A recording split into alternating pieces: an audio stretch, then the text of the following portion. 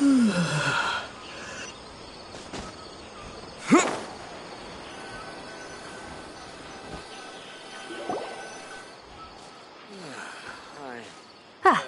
Traveler, you've returned.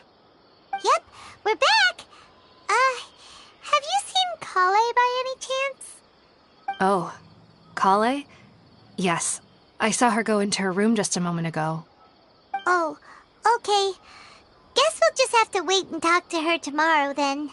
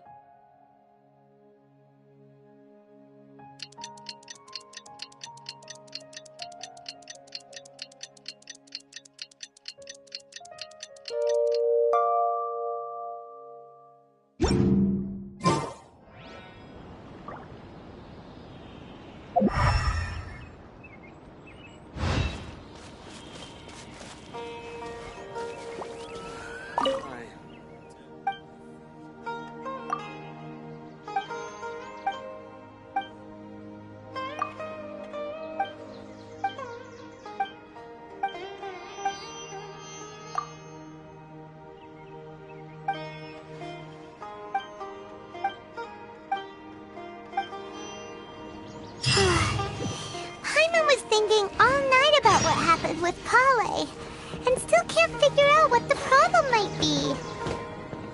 Maybe she's in a better mood now. Let's go check on her.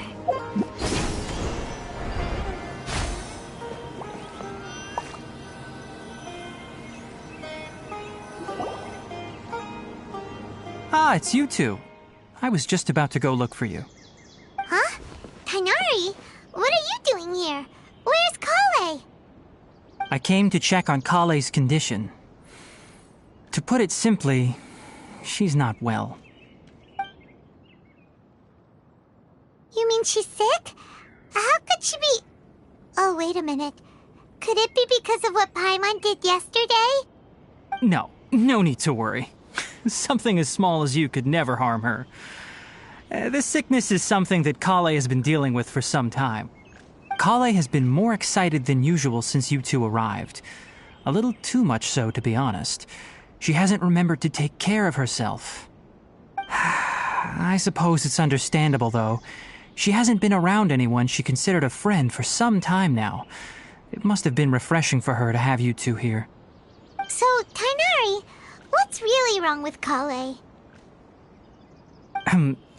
Let's take this conversation elsewhere.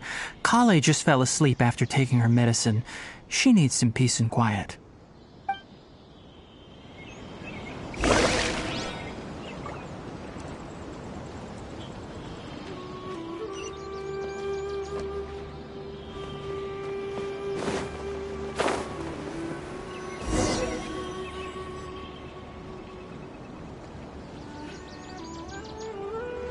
All right, let's continue our conversation here, shall we? To be honest, I hadn't realized that you're that honorary knight from Mondstadt until Kale told me just now. I've also heard all about your deeds in Liyue and Inazuma. So, just to clarify, what I'm about to tell you about Kale is not because of who you are or your past feats. Instead, I am going to tell you because... well, because Kale asked me to. And honestly speaking, I was against Kale revealing her past to you. But she insisted, saying you two treated her with sincerity and as a friend. So now she wishes to reciprocate the gesture. So, Tainari, what exactly is wrong with Kale? You said this is something she's been dealing with for some time. Just how serious is it? Right. Ever since she was a child, she's been afflicted with a disease called Elazar. Elazar? Yes, it's a disease unique to the lands of Sumeru. It is characterized by dark and hardened scales that form on the body. At first, the afflicted may only feel mild numbness on the affected area of the skin. However, as the disease progresses, one may begin feeling fatigued and even experience peripheral paresthesia. In its final stages, the disease strips a person of the ability to control their own body, and they effectively become completely immobile. That sounds terrifying.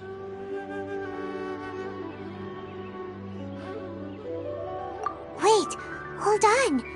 So when Kale seemed to be acting a little clumsy earlier, it was because... Correct. That would be the effects of Elazar, which is precisely why I do not want her carrying or holding anything, lest she ends up hurting herself. With appropriate treatment, the disease can be effectively controlled before it progresses to a more serious stage. However, there is unfortunately still no true cure for Elazar. Nevertheless, Kale's mother still hoped that there was something out there. She handed Kale over to an organization known as the Fatui after one of their members lied and said they had a cure. What? The Fatui? Ah, it appears you are already familiar with them. That'll save me some explanation. Anyway, the person who eventually rescued Kale and brought her to me for care said that she had been given to a harbinger known as the Doctor. I have no idea how this doctor managed to do it, but her case of Elazar was completely stable for all the years that Kale was with them. However, Kale's days with the Fatui were anything but pleasant.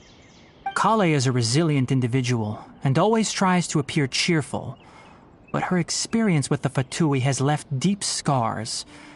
Even now, she can still feel deathly afraid of someone touching her. Oh, Paimon had no idea Kale's been through so much suffering. Oh, by the way, Paimon, Kale wanted me to tell you that she's sorry for scaring you yesterday. She also wanted both of you to know that she's sorry for hiding her illness. She doesn't need to apologize. None of this is her fault at all. Well said. I hope you'll get a chance to tell her that in person the next time you see her.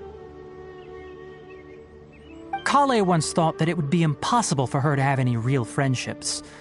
I trust that you two will never let my trainee experience such emotional pain again. Don't worry, Tainari. We'll take good care of her. Well, it's not too serious at this point. She overexerted herself the last couple of days, which is what led to her breakdown this time. As long as she has taken her medicine and gets plenty of rest, she should get better. Though, I must admit that Kale's condition was much more stable when she first arrived here in Gandharvaville. She was interested in the work of the forest rangers the moment she saw us. I could see that she was serious about learning, so I felt compelled to ask her to join us. Her stamina has gotten much worse recently. Though a moderate amount of physical exercise is always necessary, I'm afraid the long-distance patrols are a little too much for her now. All right, now that I've told you about Kale's past, I think I'll head into the rainforest to find some ingredients needed for her medicine. I'll see you two. Yeah, we'd like to do something to help Kale too. All right, but I must warn you two. The rainforest is a dangerous place, especially for someone who's still recovering like the traveler. You must follow closely and listen to every instruction. No problemo! Let's go then. We'll be looking for a plant known as lunar lotus. It's often used to help those afflicted with Elazar recover their energy. Hey, Tainari? Where exactly are we going to find this plant? Lunar lotus can be found all over the rainforest, but it often grows right here around Gandharvaville. Given the name, it sounds like we should be looking for it in the water. You are correct. Lunar lotus grows in the water. When fully matured, they look like giant blue flowers floating on the water's surface. Quite an attractive species, if you ask me. The large petals are actually the plant's leaves and sepals, which surround a very small flower. You should note that many of the plants found in Sumeru have names that are contrary to their species. Take the Kalpalata, for example. The plant is not a lotus at all, but rather a vine. And then there's the Sumeru rose, which is not a rose, completely contrary to its name. Okay then. Note to Paimon. Never bring up discuss the topic of flowers with Tainari.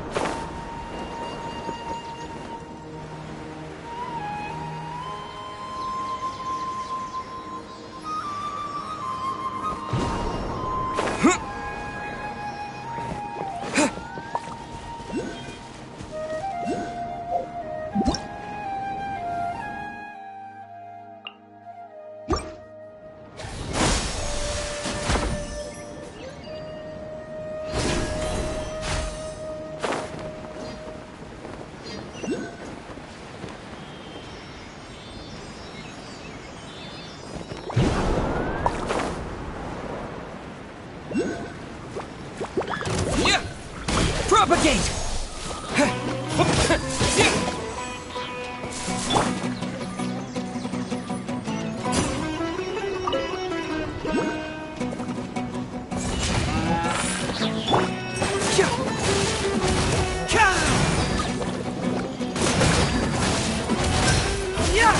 Fracture!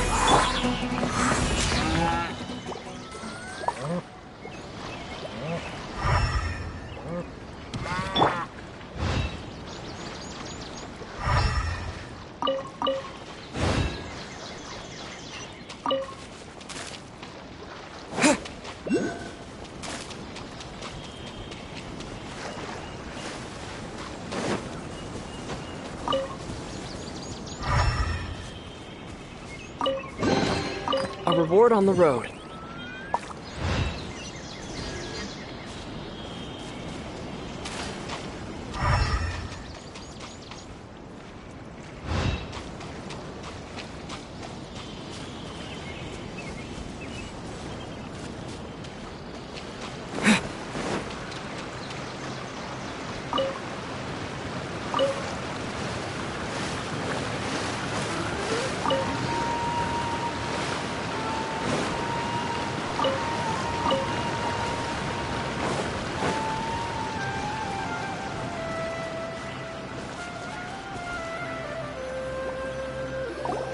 There should be lunar lotuses growing somewhere in this area. Let's split up and begin searching. If you could manage to gather 4 of them, that would be sufficient. We'll rendezvous here once you've gathered the needed amount.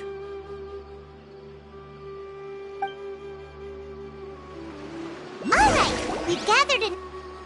Hey, Tainari! We found the lotuses you requested! Let me take a look. Good, very good. These are all excellent quality. I'm quite glad you two came along. Your exploration experience helped save me a lot of time here. It seems we even have enough time to stock up on some other things I need. Hey, Tainari!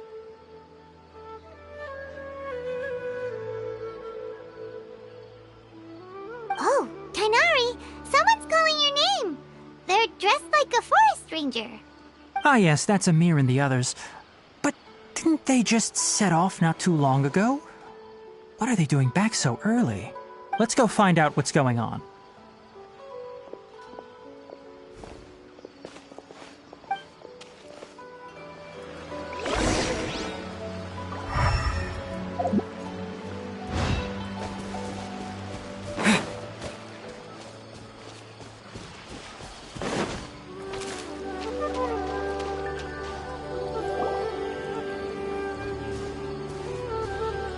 Tainari, thank goodness we found you here. We were just about to head back and find you at Gandharvaville.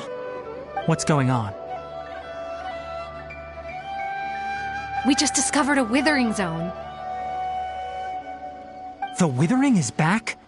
But the patrol route you were on should have been already clear just a week ago. It reappeared so quickly. Can you tell me the exact location? It's up ahead, deep in the river valley. It's appeared in a spot that blocks nearly the entire narrow part of the valley area, so we decided to come find you as quickly as possible. And the radius of the contamination? Sorry, I couldn't get a clear enough view to tell. No one in our patrol team had a vision, and it appeared to still be spreading, so we didn't risk getting any closer. Okay, I understand.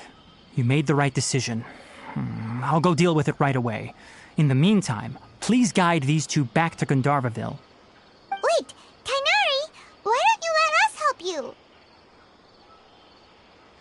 You two have only just arrived in Sumeru. You're still unfamiliar with many things in these lands. There's a unique type of anomaly that occurs in the Sumeru rainforest. It's called the withering. The affected areas not only cause nearby vegetation to wither, but it's also lethal to wildlife and even people. If you don't carry a vision, then you should think twice before approaching such places. Yes, Amir is absolutely right. I wasn't kidding when I said the rainforest is a dangerous place. As Amir said, only someone with a vision, that is, the power to manipulate elements, will be able to resist the withering's corrosive effects for a time. That's right. If any of the forest rangers without a vision come across a withering zone, we first make a record of the location and then have a ranger with the proper abilities deal with it, like Tainari here. Only someone with a vision can venture within a withering zone and find a way to deal with it. But you don't seem to carry a vision. Don't worry, he may not have a vision, but he's a real pro at using the power of the elements. It seems the rumors about you are true. In that case, all right, you two may accompany me.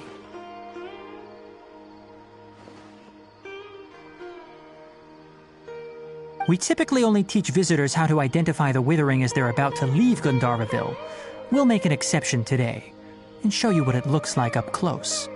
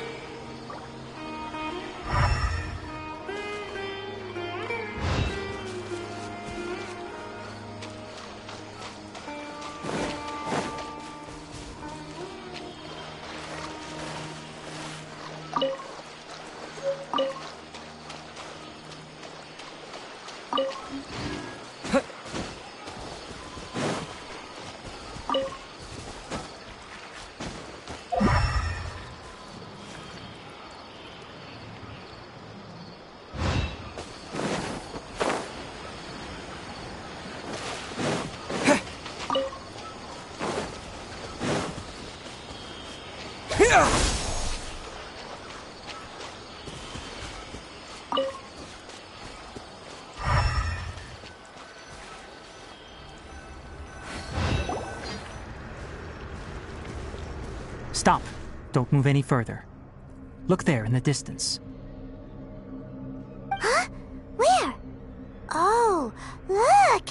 Those plants have withered! That whole area is kinda gloomy. Even the air looks like it's filled with ash. Oh, Paimon doesn't like the look of this. That is the withering. All right, traveler. We're going to have to enter that withering zone. Once inside, we'll need to look for what we call tumors of the withering. If we eliminate those, then the area will be saved. Thank you, but I must warn you. Don't push yourself. This is your first time handling this sort of thing, after all. Even with elemental powers, once you step inside the withering zone, you may experience extreme discomfort. If at any point it becomes too much, return outside the zone and take a breather. It could become a matter of life and death. You ready then? Let's go.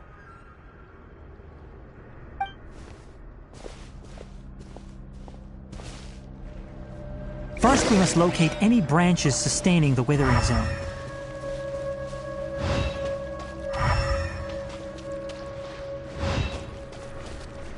Scatter!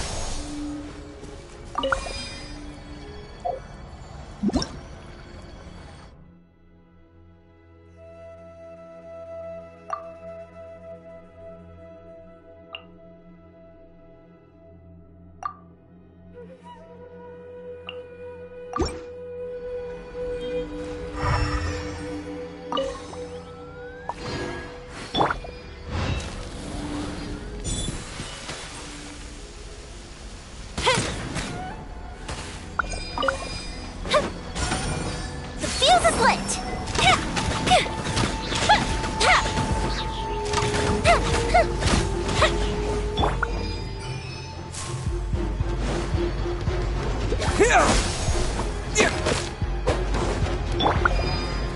Let's roll! Truth hurts!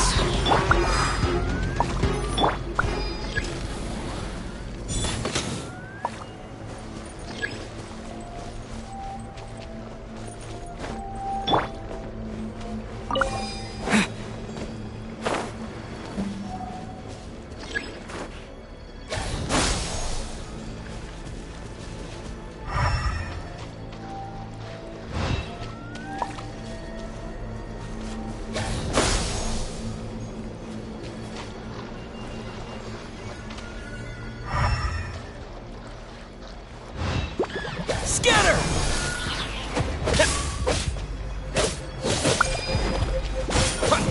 Fire hazard!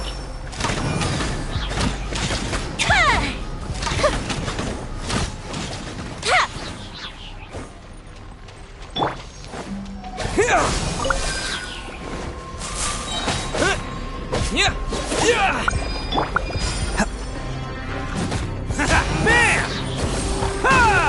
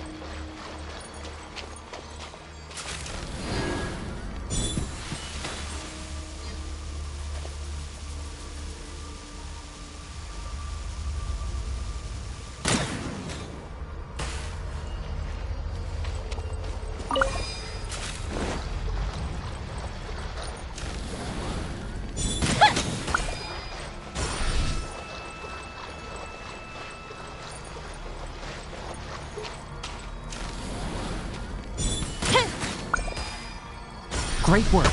Now that all the branches have been cleared, we'll need to take care of the tumor. Let's roll! Go! Hey! I wasn't ready!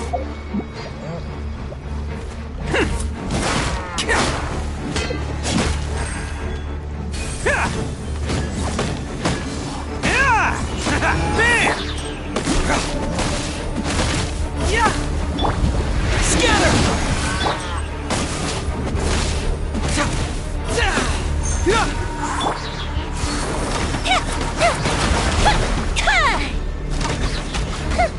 Now, destroy the tumors of the withering.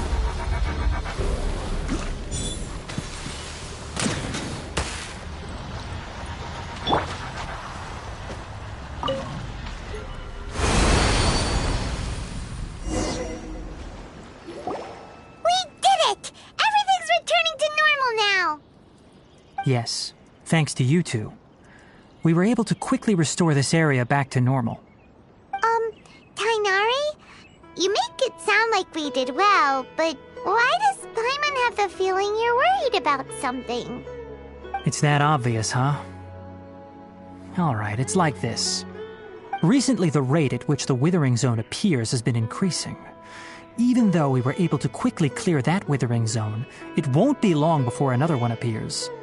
If that simply meant more work for me, then that wouldn't be an issue. But it's far more severe than that. The withering is leaving lasting effects on the rainforest itself. For instance, even though we cleared out the Withering Zone, many of the plants that were affected will not recover. This presents a crisis for the ecosystem itself. Many plants in the rainforest are already in decline, directly impacting the wildlife that depends on those plants. And most disturbingly, as the appearances of withering zones have started to increase, Kale's case of Elazar has also become more serious. Huh? Well, why's that? I'm still not sure of the exact reason. However, I've received word from acquaintances at the academia that similar cases are being reported for patients with other conditions. No, none that we know of. The withering has been recorded in Sumeru for millennia. It's said that it originates from the depths of the world. By the way, have you heard of Irminsul before? Irminsul is a tree located deep beneath the surface. Although it isn't like any tree we know in a biological sense, you can basically think of it as a large tree that grows downwards rather than upwards. I'm sure you've heard of ley lines, right? They're like the roots of Irminsul, spreading and extending from a massive cavern deep underground all the way up to the surface.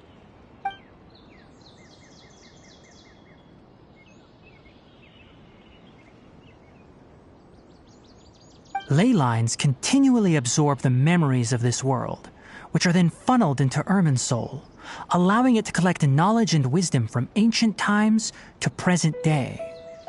The Dendro Archon is known as the God of Wisdom because her consciousness is directly connected to it.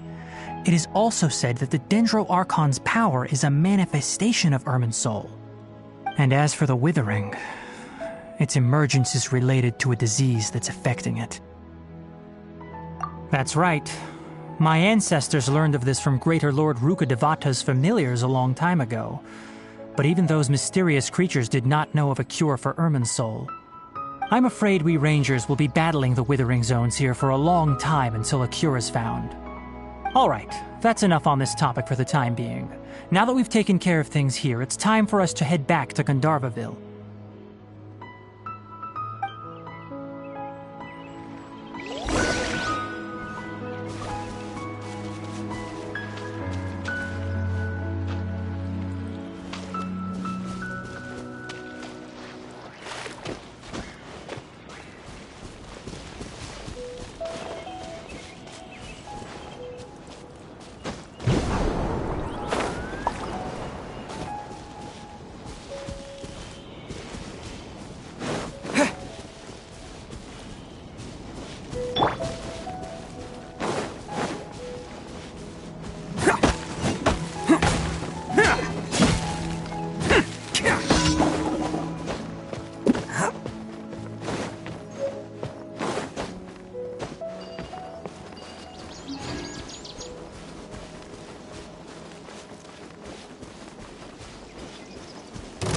Close enough. A load of this. I see through you.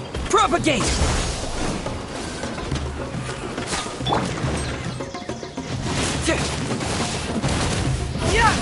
Don't be a killjoy. We've only just begun. Up your sleeve. Oh, coming through! Roast and fry. Where do you think you are?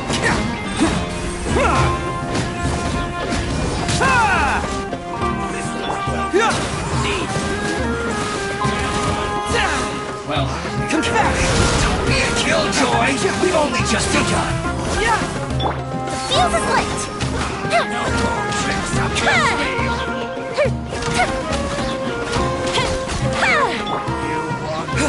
Scatter!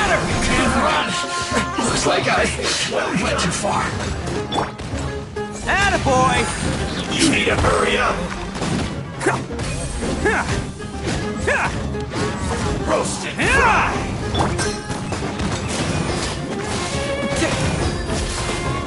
Fracture!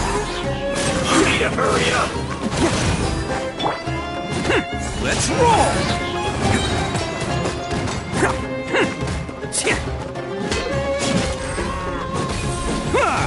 You need to hurry up. Can't catch me! This one's done. Bring it on! You need to hurry up. Let's roll!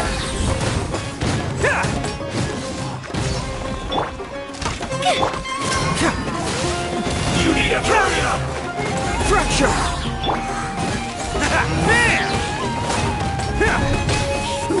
Unfortunate fault.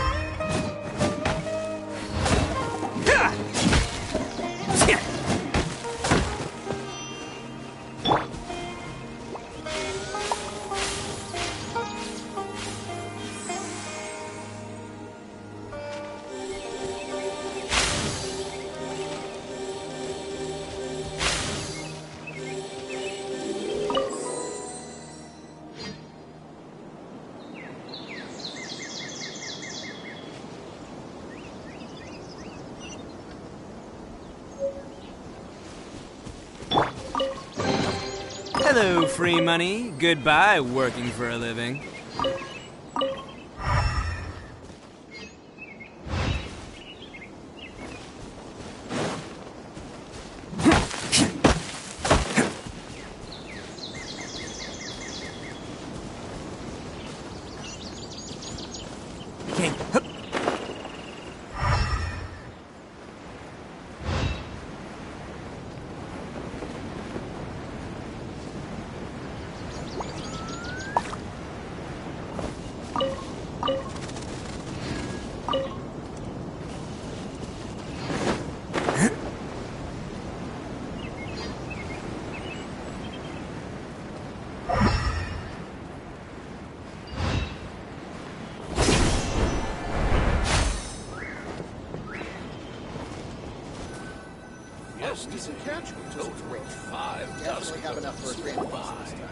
Oh, Tainari, you all made it back.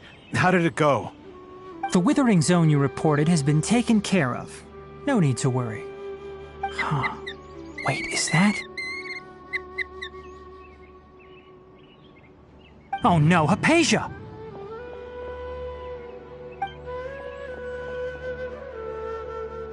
Huh?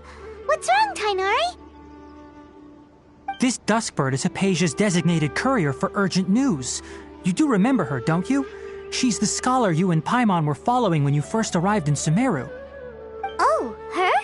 How could we forget? So did something happen? Let me see what's written in the letter first. Oh... So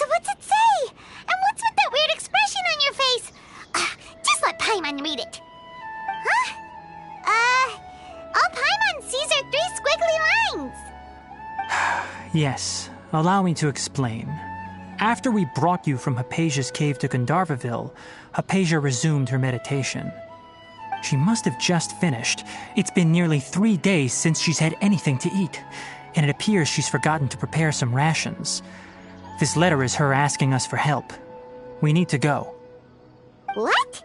You mean she's been sitting there for 3 days? Hey, wait, how did you know all that from just a few lines on the paper? Well, obviously because this has happened before. Last time she drew 5 lines, and by the time we found her... Well, I'd prefer not to remember that. Needless to say, Hypatia's been through worse, but we should still get to her as quickly as possible. I've got some emergency rations set aside for times like these. Paimon, Traveler, could you two bring these to her? Wait, you want us to bring her the rations? But will the Traveler be okay if her cave is still filled with that funny incense? Let's find out. Here, Traveler, take a smell and see. So, how do you feel? Huh? Really? You're not feeling even a little drowsy? But wait, how'd you know that he'd be okay this time, Tainari? Back when we were clearing the Withering Zone, I observed that he could adeptly manipulate the Dendro element. I knew then that he would be fine.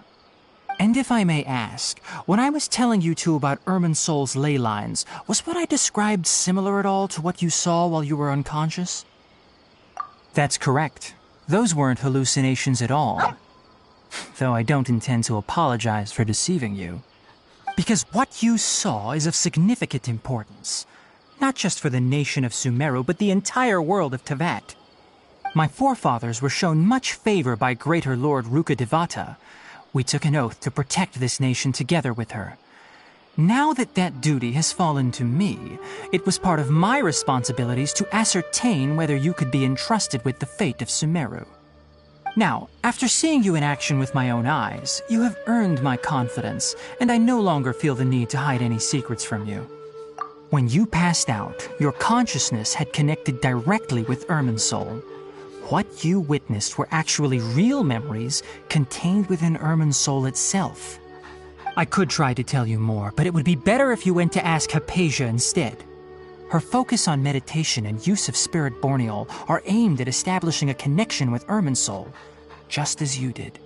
That sounds nice and all, but will she really help us? Seriously, she completely ignored us the last time we tried talking to her. That was because when you ran into her, she was in a special phase of her training. During that time, she must avoid communicating with others. Please, wait here for a moment.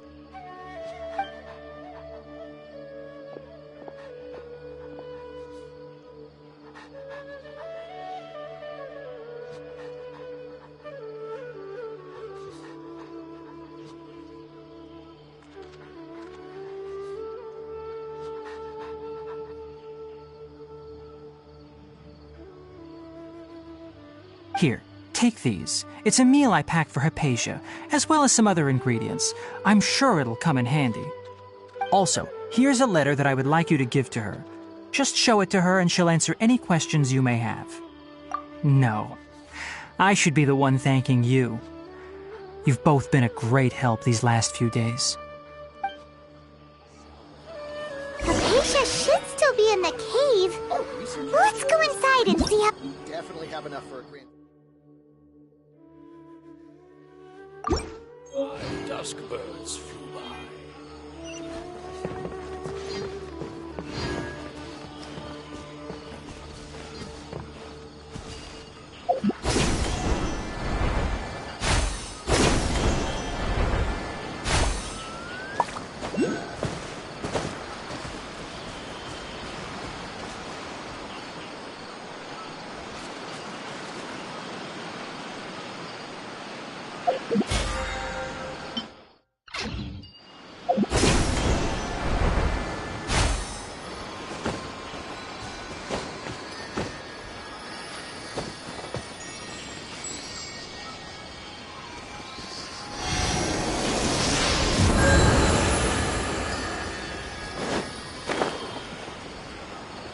Hypatia should still be in the cave. Let's go inside and see how she's doing.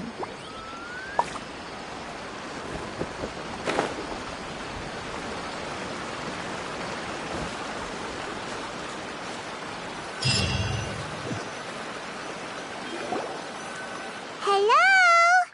Hypatia? Hey, there's nobody here. Maybe she went out to look for some food. Let's try looking around the area.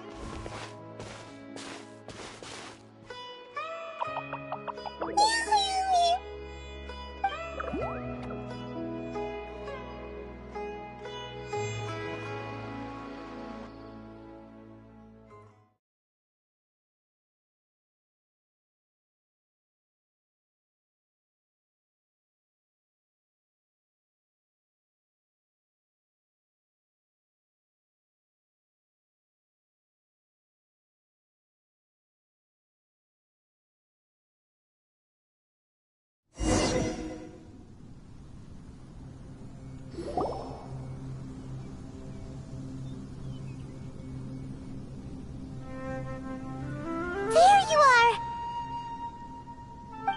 Hypatia, are you alright? So hungry. There's no way we can get her to eat in her current condition. Let's try finding some water first. Huh? Wait, why does it look super foggy outside all of a sudden? Anyway, let's go look around.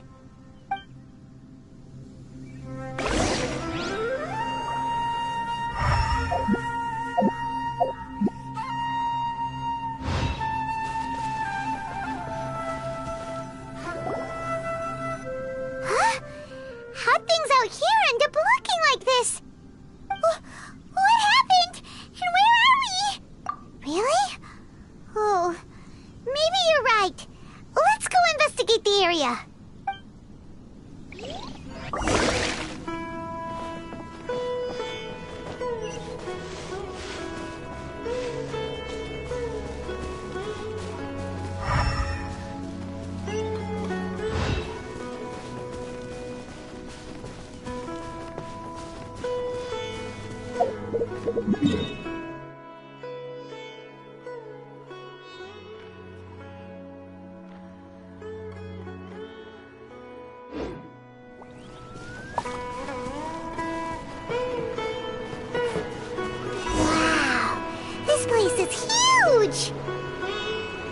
I knew there's something off about that cave. Let's think of a way to get over there and have a closer look. Who knows? Maybe we'll find a lead of some kind.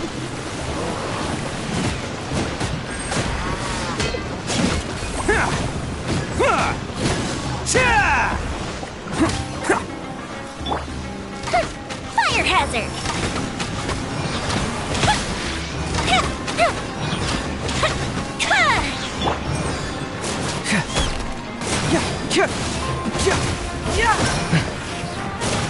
Truth hurts!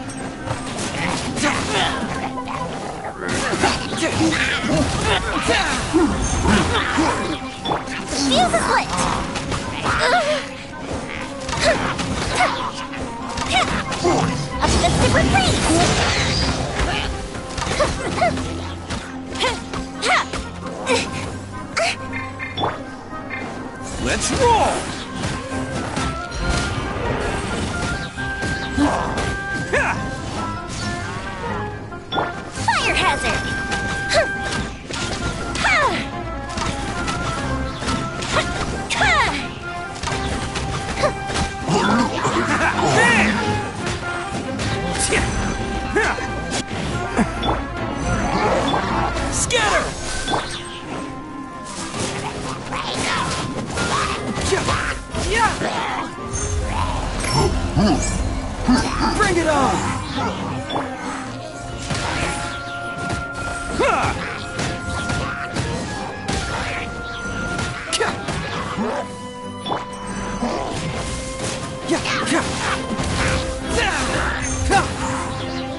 The fuse is lit!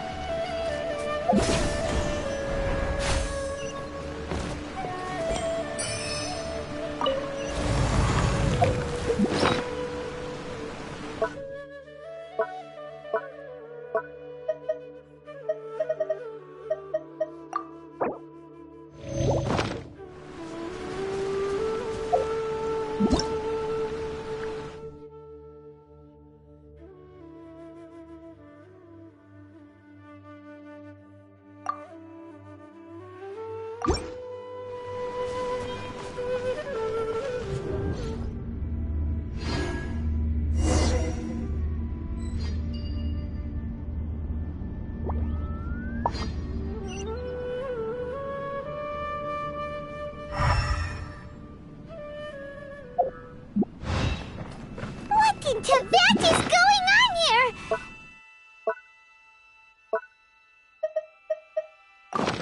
This place is getting weirder by the minute! Hey!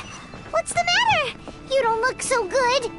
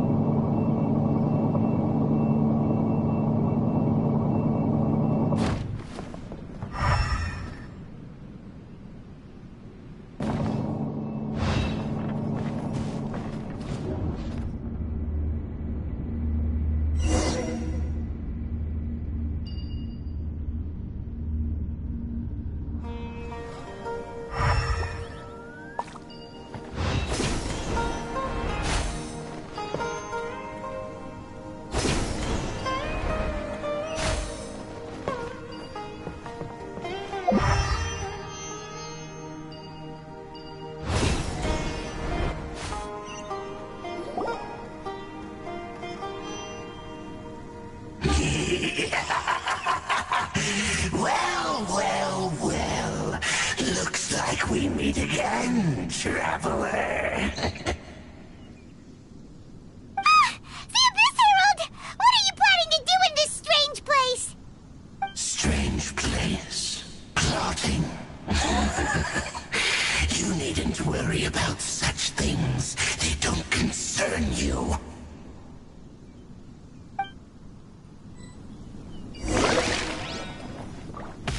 Bow before the abyss! Scatter! Can't catch me!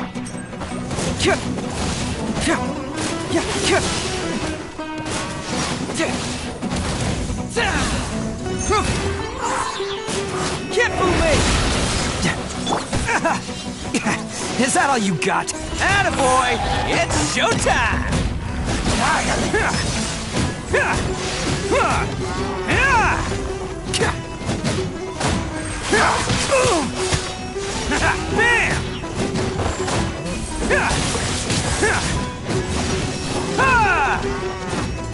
Propagate!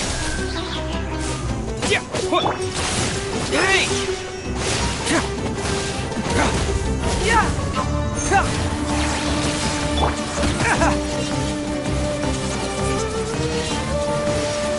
Let's roll!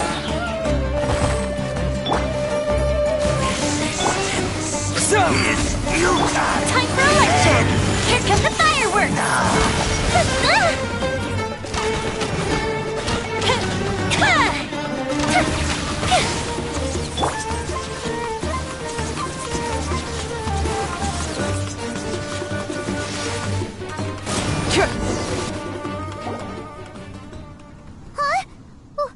Why can't we beat this guy? Oh, Paimon doesn't get it! We've faced others like him before! What's wrong this time? Traveler, though you may have managed to avert countless crises before, your good fortune was bound to end sooner or later. It's time you realize how weak and powerless you really are. Your sister. Oh, pitiful traveler. Are you really so ignorant? Or are you just living in complete denial? Her Highness has long since forsaken you. Your meager existence in her eyes is that of an annoying bug, only to be stepped upon. The bonds of love and family which drive you to find your sibling are utterly gone. Your journey is meaningless. But don't you fret now.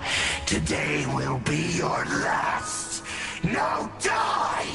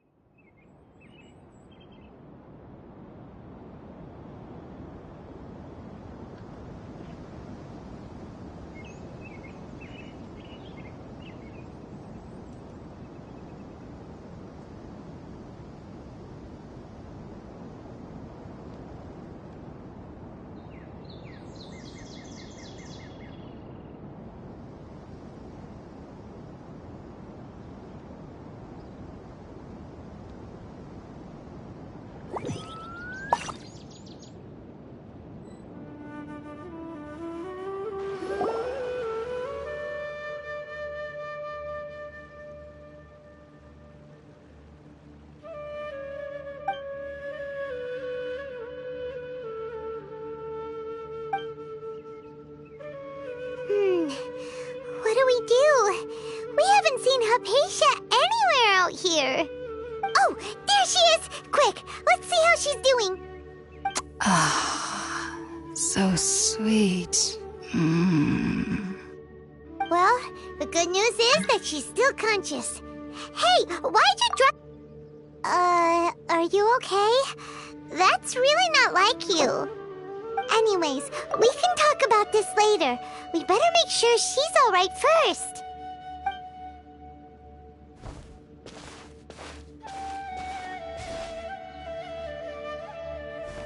Whoa, wait a sec. Look at all this fruit lying around her. We can put that to good use.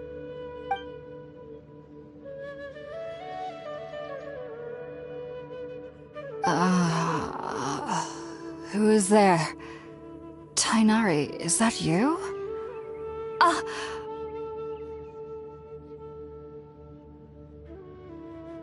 Huh? It's okay. You can relax, Hypatia. Tainari sent us here to bring you some food and water. Here, we have a letter that he asked us to give you.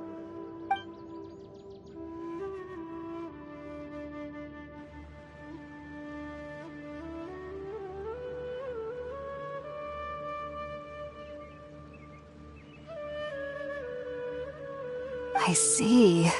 So, you're friends of Tainari. I apologize for all the trouble I've caused you. I'm grateful that you came so quickly to save me. You even brought all this fruit. Well, actually, we didn't bring the fruit. It was already here when we arrived. We were kind of wondering about that, actually. When we found you here, there was all this fruit lying around and even some juice dripping from your lips. How did you end up like this anyway? Oh, really? I seem to understand now.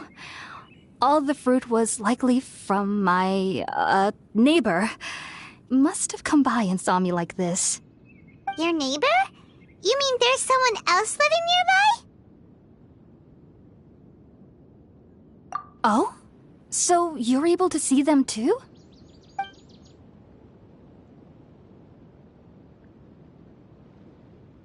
Wait, hold on a second, Traveler. You say that before we arrived, you saw some mysterious creature and suddenly had a strange dream? Isn't that a little too crazy to believe? No, I actually do believe what the Traveler is saying. I myself had a similar experience once before and ended up scaring my timid little neighbor here. You needn't worry. They mean you no harm. They only dragged you into the dream because they hoped to buy themselves a little time in order to scurry away. So, Hypatia, just what kind of creature is your neighbor exactly? I'm not sure what it's called, to be honest. But I do know that they have some sort of deeper connection with the Dendro Archon. I know this because the first time I saw them was also the exact day my consciousness was able to form a connection with Irminsul. Even after I opened my eyes and stopped meditating, my heart was still pounding, and my mind was racing with all the knowledge that I had touched. And at that very moment, I suddenly noticed a small figure at the opening of the cave. In my curiosity, I began to walk over to the creature. They must have already been used to me living in the cave, because they didn't seem to mind me approaching them. They just kept doing whatever they were up to. It wasn't until I crouched down next to them that they suddenly realized that I could see them. Oh! And then? And then I had a dream. By the time I came to, they were nowhere to be seen. I was convinced they'd never show up again. But sure enough, I saw them nearby a few days later. And they weren't alone. I feel like they aren't as afraid of me as the first time I approached them. But I never would have expected them to save me. Yes, no doubt about that. By the way, Tainari mentioned in his letter that you had questions for me regarding Irminsul.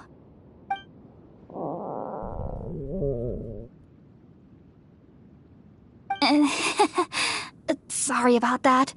Sounds like just drinking juice still isn't quite enough for my stomach.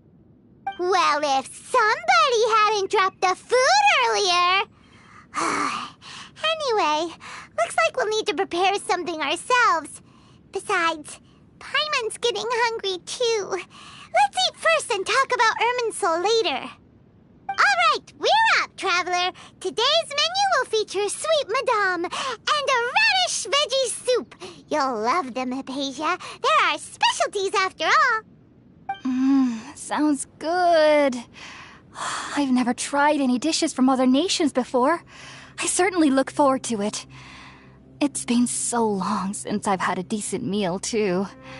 To be honest, the last time had to be when Tainari came to visit.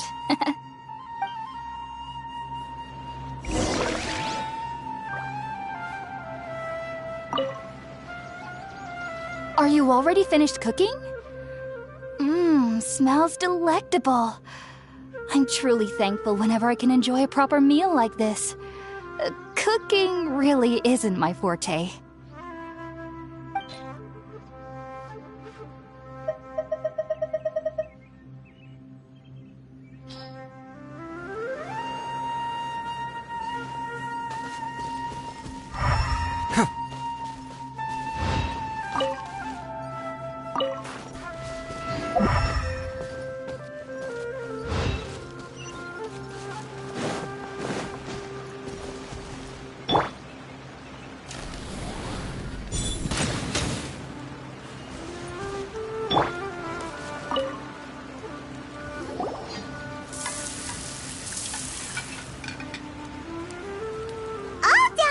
Let's use the empty box that Tainari gave us since we already washed it.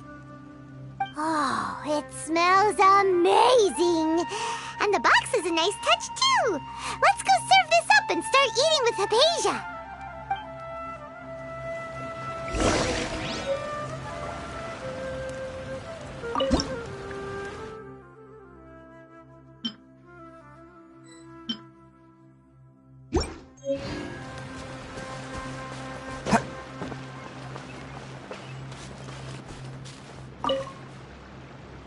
Are you already finished cooking?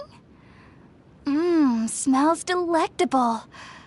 I'm truly thankful whenever I can enjoy a proper meal like this. Cooking really isn't my forte.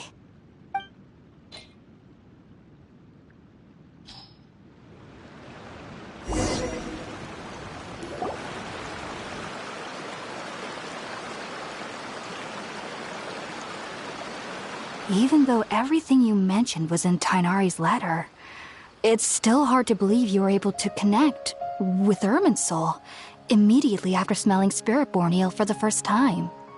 It took me nearly 3 years before I could do so, and everyone at the academia even lauded me as a genius.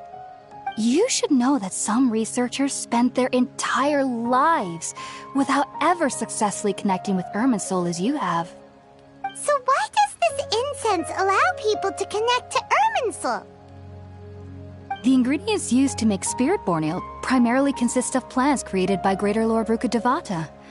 These special ingredients are conducive to heightening our senses to the Dendro Archon's power. Since the root of the Dendro Archon's power lies within Irminsul, we can occasionally tap into her powers to peer into the depths of the earth.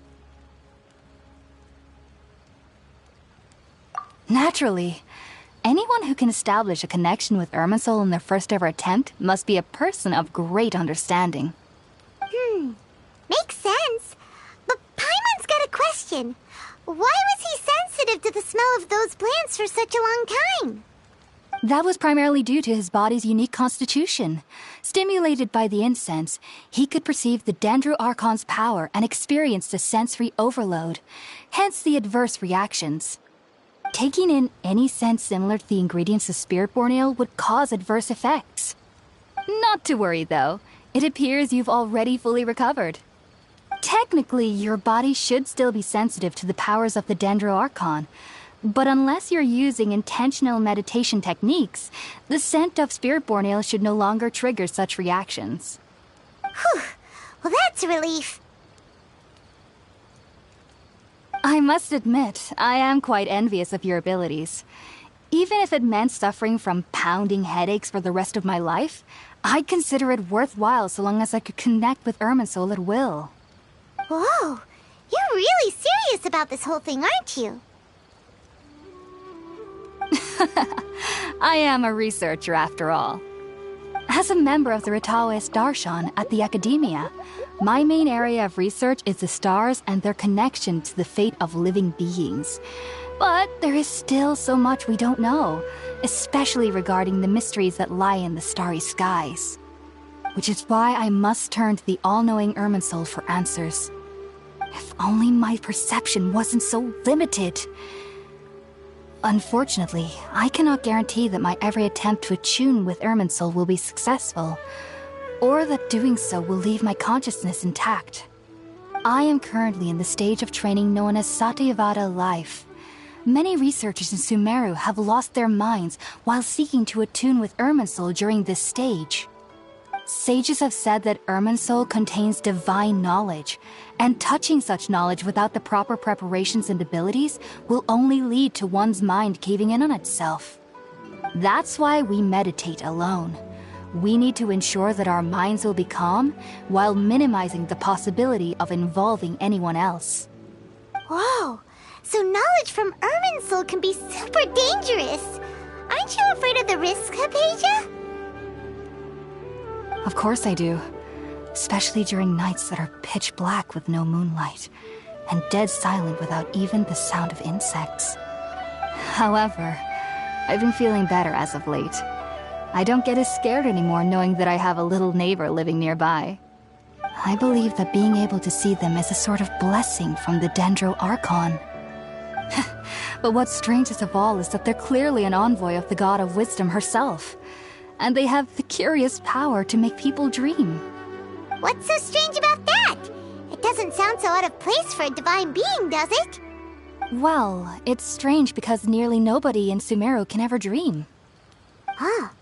Is that true? Yes, well, to an extent. Only children can dream in Sumeru. Adults, however, never do. The sages say that wisdom implies rationality, but that which occurs in dreams is often neither rational nor logical. Yes, if one struggles with anxieties, those emotions could influence their dreams. The fact that the people of Sumeru do not have dreams is seen as a blessing by the sages. They believe that Greater Lord Rukkhadevata, the god of wisdom, is keeping us away from the foolish delusions you encounter in your sleep. I was born into a family of scholars in Sumeru City. Ever since I was a child, my parents would always tell me that I'll know I've grown up once I stop dreaming.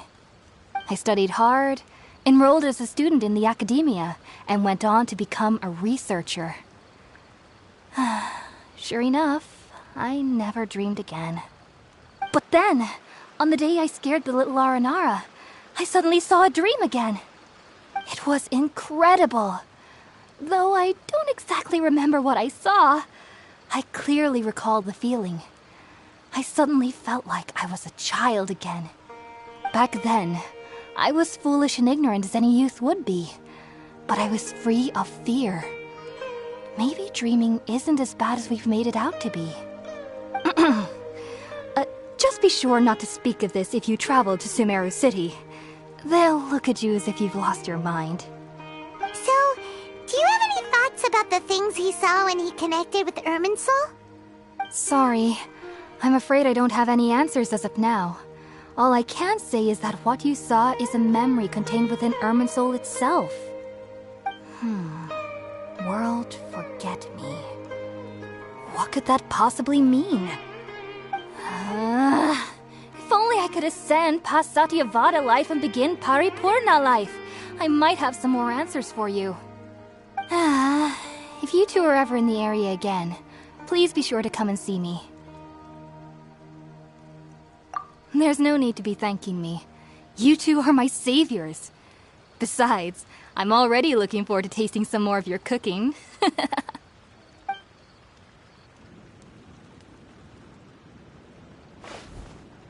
Now that we know Hypatia is alright and had the chance to ask her some questions, Paimon thinks it's about time to head back to Gandharvaville.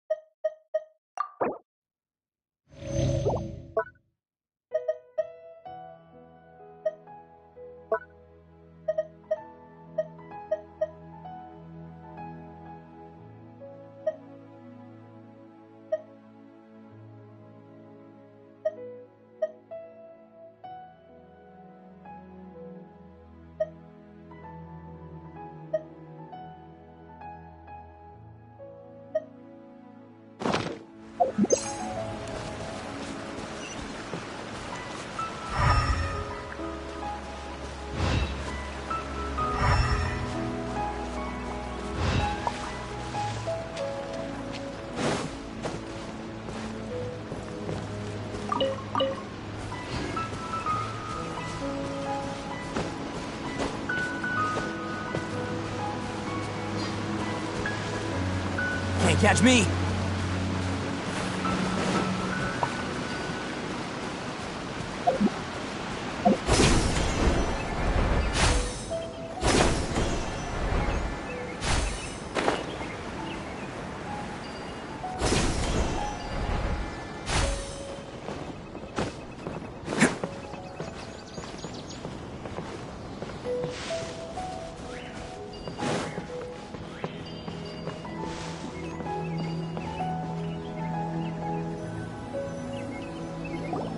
Think about it, Tainari. Refusing to join is tantamount to burying your head in the sand.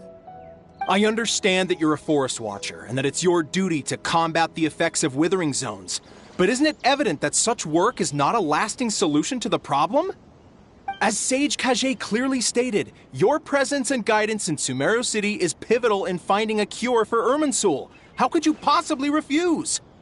Keep your emotions in check, Gulam. Let's at least listen to Tainari's reason for declining. We're here to invite him to the Academia, not to cause a scene. Sage Kage, I am truly honored that you came here in person, but I'm afraid I must still decline your invitation.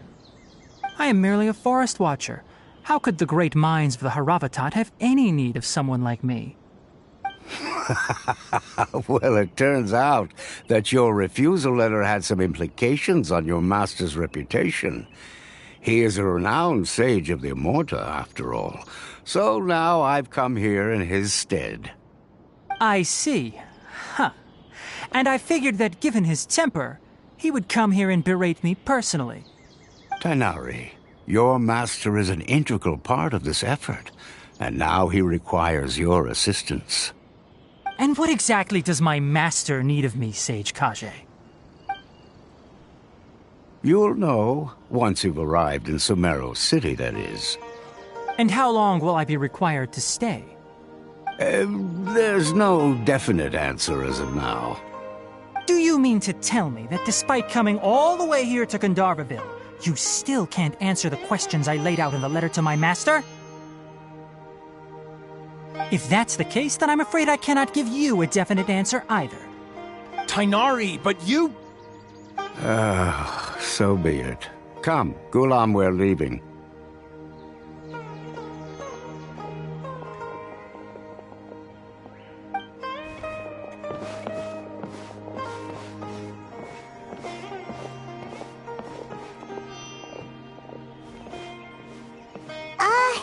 Tainari, what was that all about?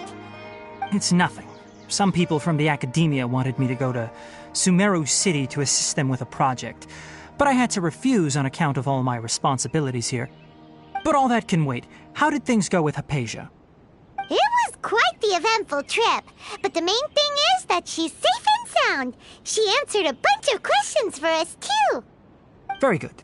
Now that the traveler has made a full recovery, there shouldn't be any reason for you to tarry here longer.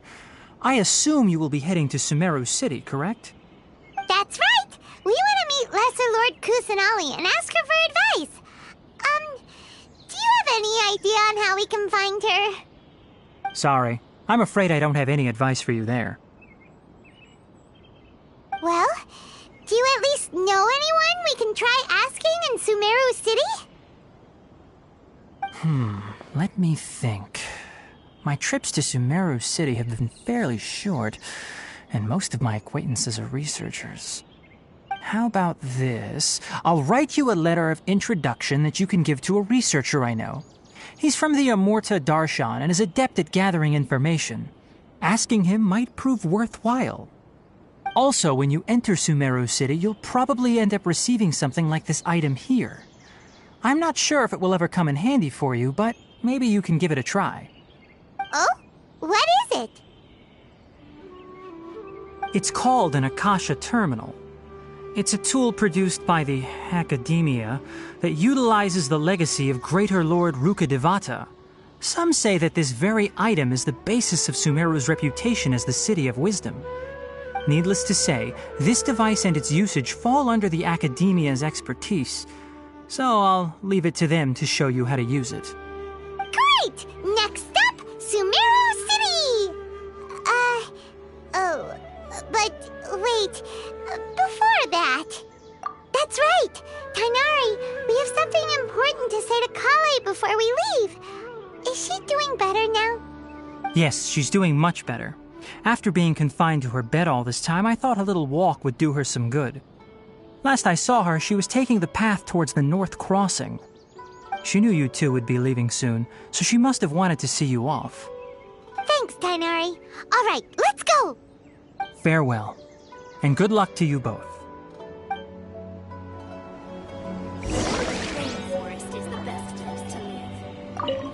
Kale is waiting at the northmost crossing of Gandharvaville.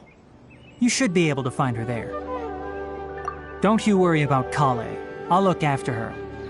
I'll find a way to understand the relationship between the withering and her disease. Kale is waiting at the northmost crossing of Gandharvaville. You should be able to find her there.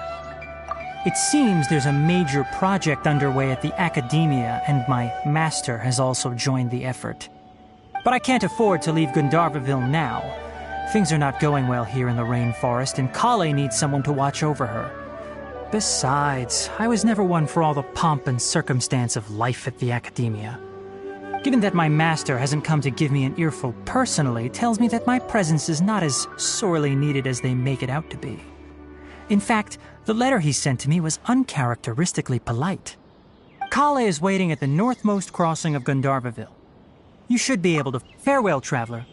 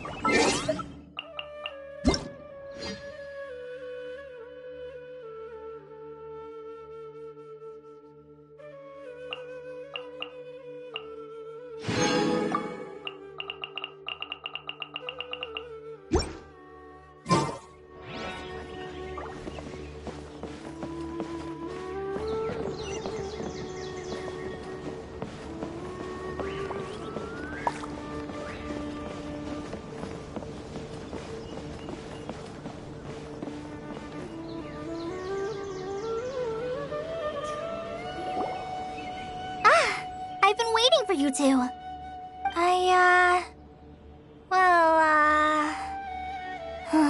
Never mind.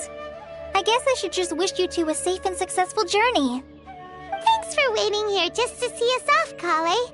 We're headed to Sumeru City.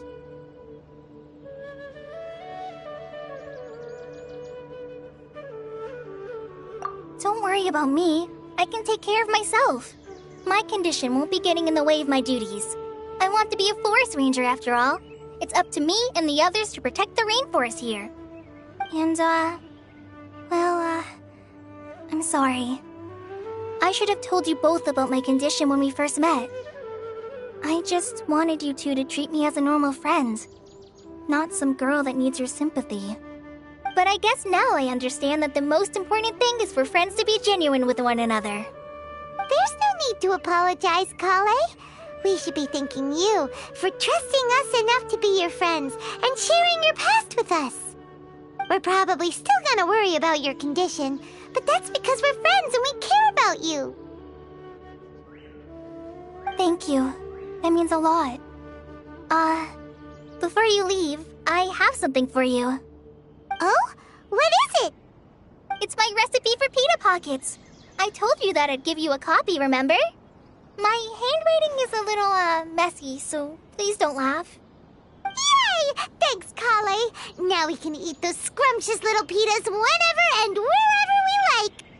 I hope that whenever you eat them, you'll both remember your time here in Gandharvaville.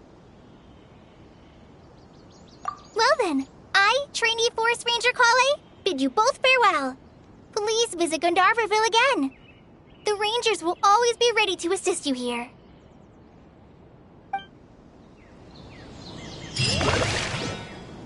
Good. Isn't a single one missing.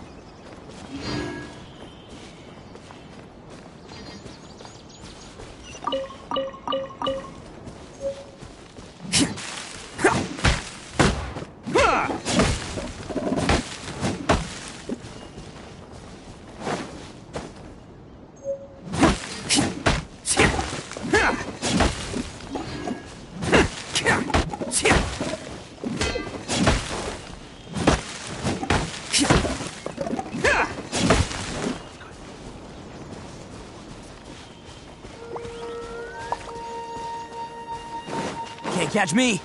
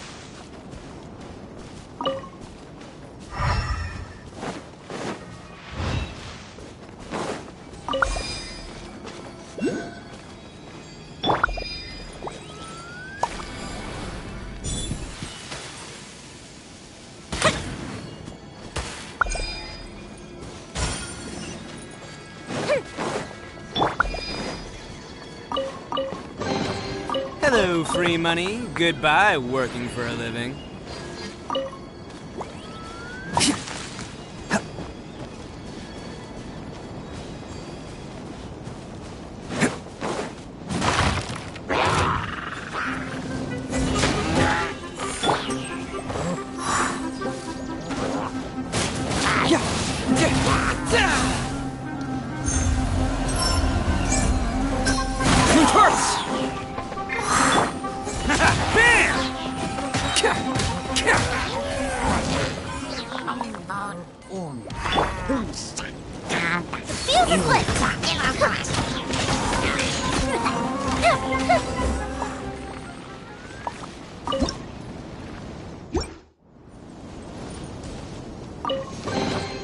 Ooh, will we find any firework materials in here?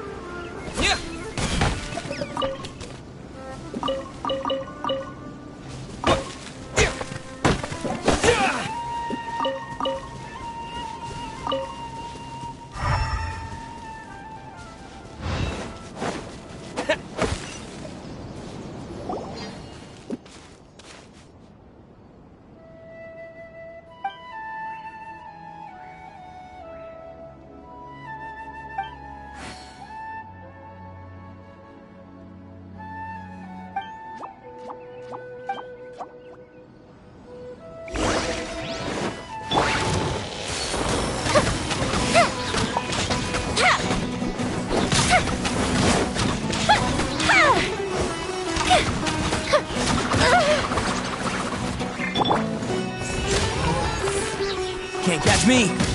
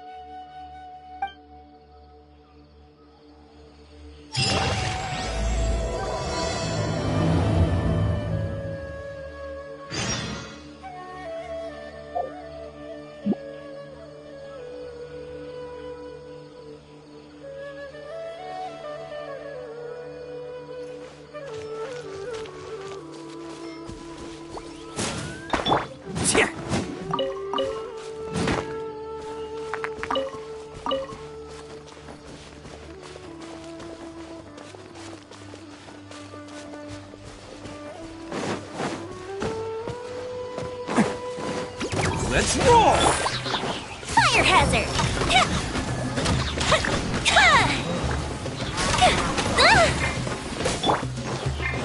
Scatter!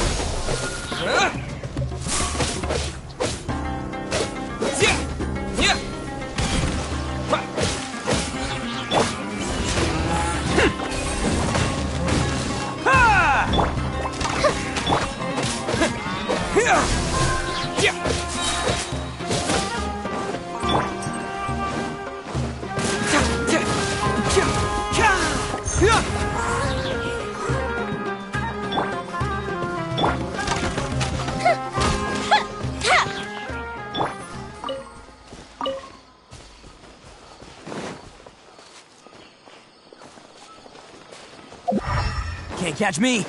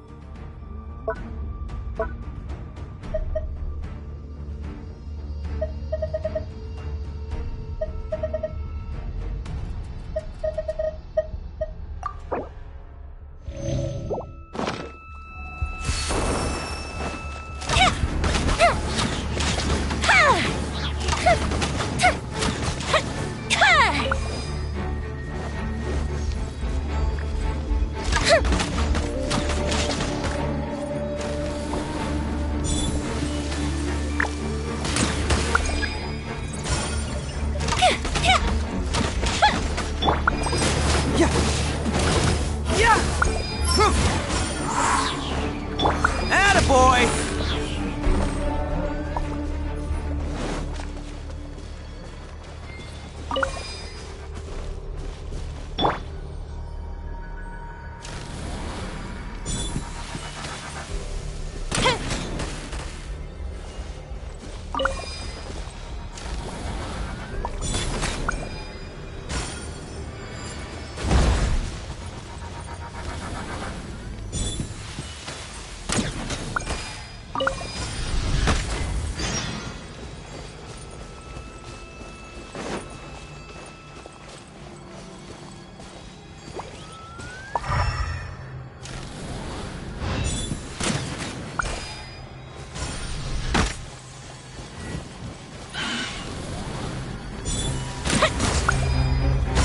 Fuse is lit!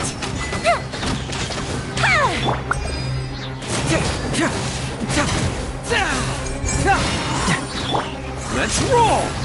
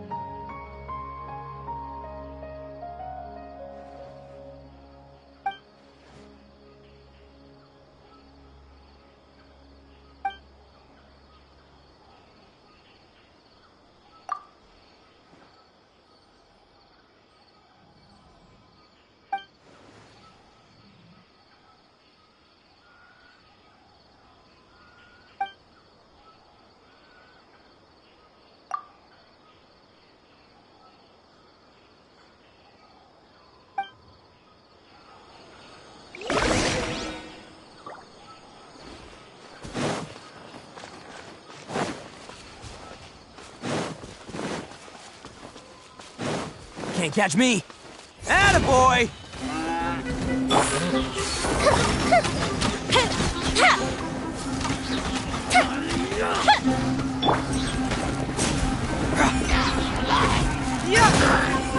Try to keep up. New punching.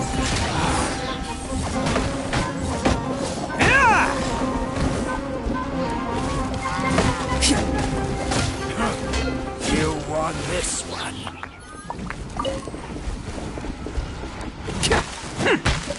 Can't catch me.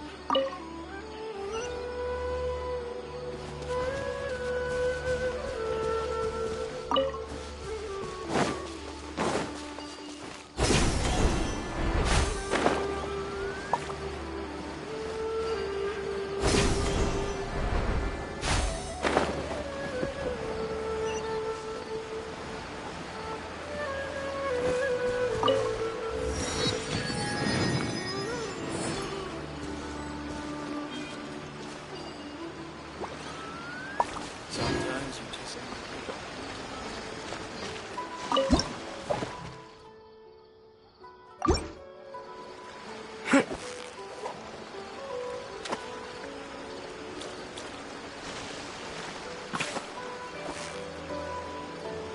Yeah, you need it. Wow, Paimon's stomach is rumbling already.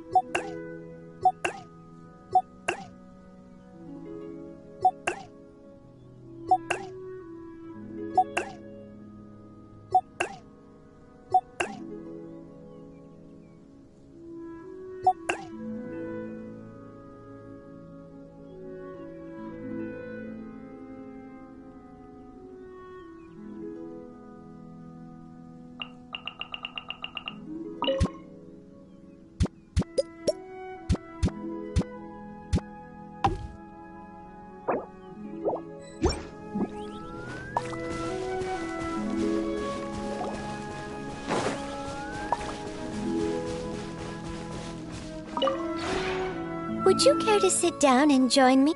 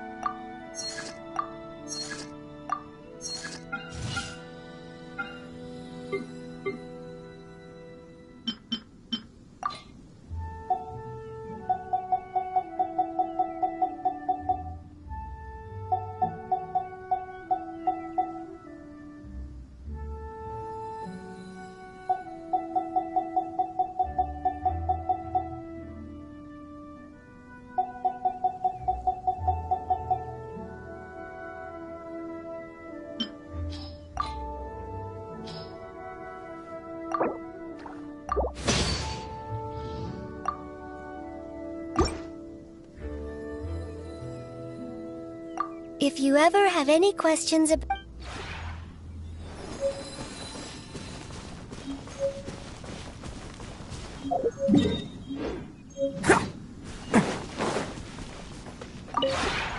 Would you care to...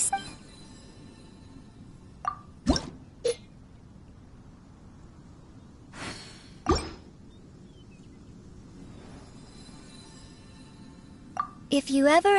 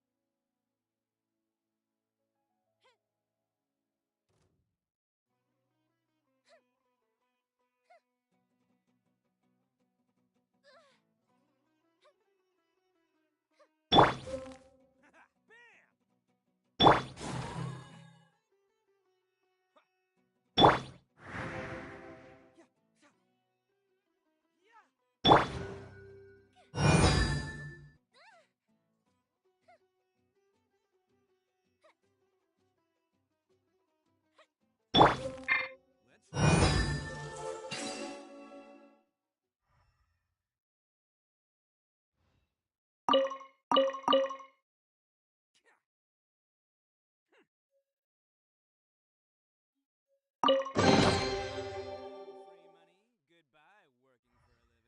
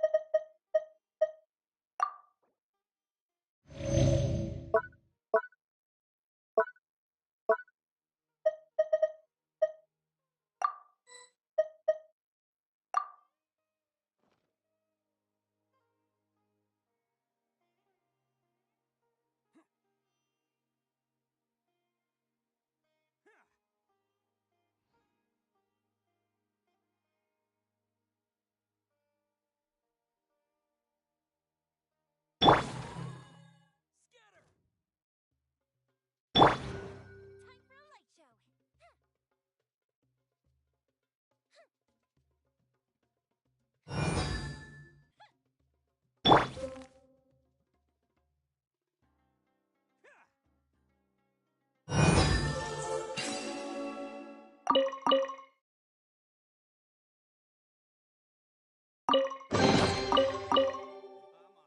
Woohoo!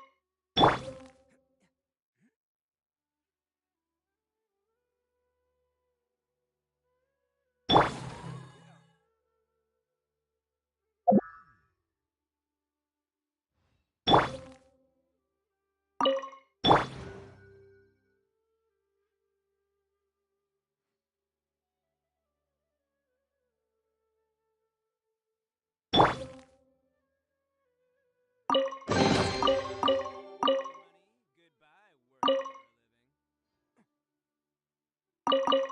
living.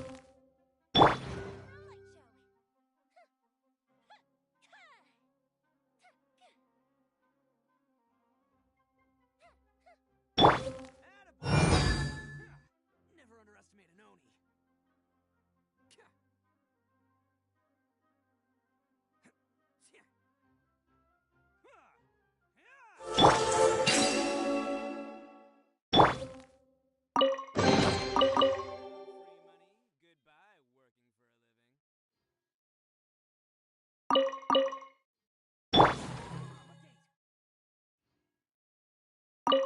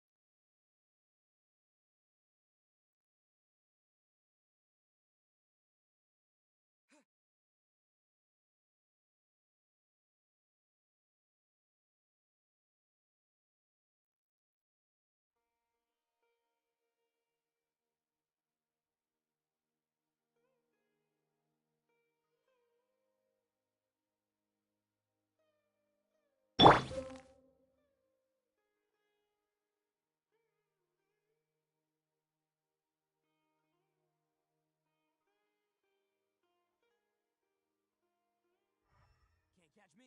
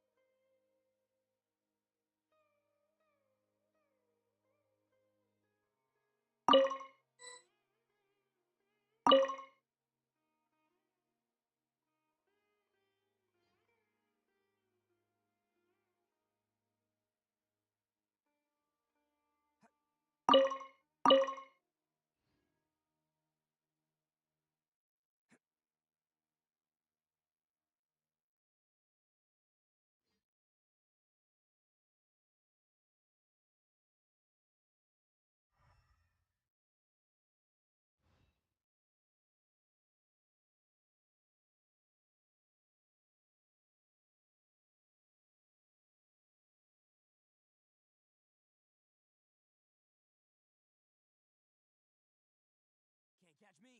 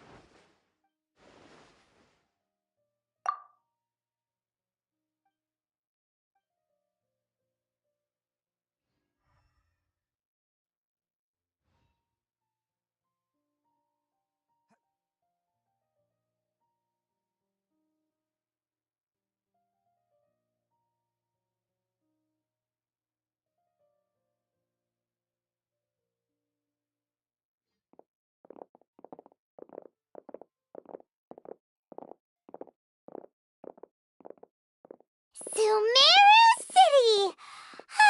We finally made it! Oh, did you see that? When those people entered the city, something on their heads lit up. One moment, please, you two. It appears this is your first time visiting Sumeru City. Oh, yeah, that's right. But how did you know that? Because there's currently no information on either of you in the Akasha. But no need to worry, that won't prevent you from entering the city. In fact, the Academia conveniently provides each traveler to Sumeru City with a device. Perhaps you too have heard of the Akasha before. It's our beloved Greater Lord Rukkhadevata's lasting legacy, a treasure trove of collected knowledge. After centuries of tireless research on the Akasha, the Academia created one of its most ingenious inventions, the Akasha Terminal. As long as you are within Sumeru's borders, you may use an Akasha terminal to connect directly to the Akasha and access any knowledge you need. I should mention that due to technical limitations, the operation of Akasha terminals will be much smoother and more effective in large cities such as Sumeru City and Port Ormos. Oh, so this is the thing that Tainari was telling us about. It sounds pretty amazing. You two are quite fortunate. Until recently, it was standard practice to only issue Akasha terminals to outlanders who spent an extended amount of time in Sumeru. However, this policy was recently changed, and now all travelers are issued one upon arrival. Here are your Akasha terminals. Please handle them with care. It kind of looks like a leaf. To activate it, simply hold it in your hand and say the following phrase to yourself. May the mighty God bless us with their voice of wisdom. Oh, since this little doodad lets you access knowledge, maybe we can use it to find a way to meet Lesser Lord Kusanali. Let's give it a try. Ahem. May the mighty God bless us with their voice of wisdom.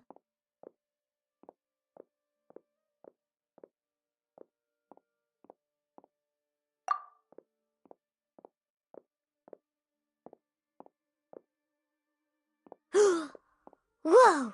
Just now, something clicked, and Paimon suddenly knew how to use this thing. It seems all we need to do is concentrate on what we want to know, and bam! You get it. Oh, that'll come in real handy. Exactly. That is the power of the Akasha.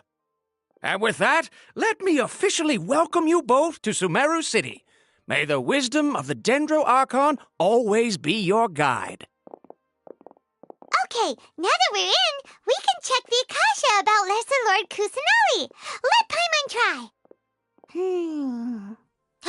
500 years ago, the sages found a newly born deity from within some scorched ruins. The deity now resides in the sanctuary of Surasthana. Seems pretty similar to what Kali was telling us. Okay, next, let's concentrate on asking how to meet her.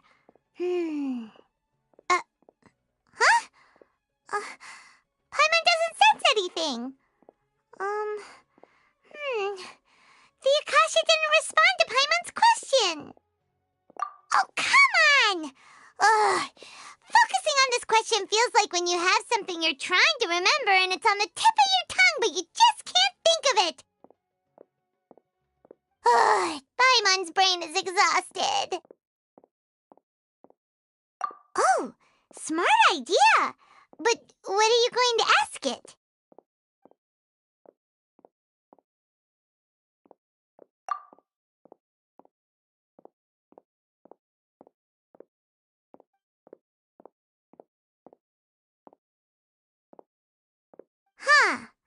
Could it be because we're Outlanders and we've only just arrived in Sumeru? You know, maybe we're not qualified to receive an answer to this sort of question or something.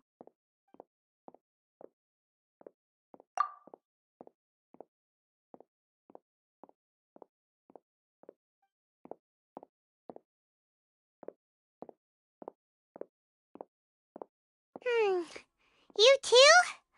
Well, glad it's not just Paimon.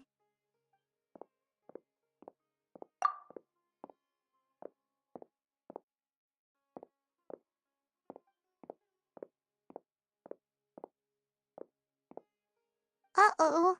Paimon's getting all teary-eyed all of a sudden. It feels like the people of Sumeru really missed their Archon. Well, seems no matter which way we try, we can't find anything that'll lead us to Lesser Lord Kusanali. Guess our only choice now is to try meeting with the researcher that Tainari recommended. He's from Sumeru and even has a position in the Academia. Maybe he'll be able to access more info from the Akasha. Let's see. Tainari wrote an address on the letter's envelope. Oh, it's not far from the city's gate. Let's head over and have a look. Hopefully he's at home.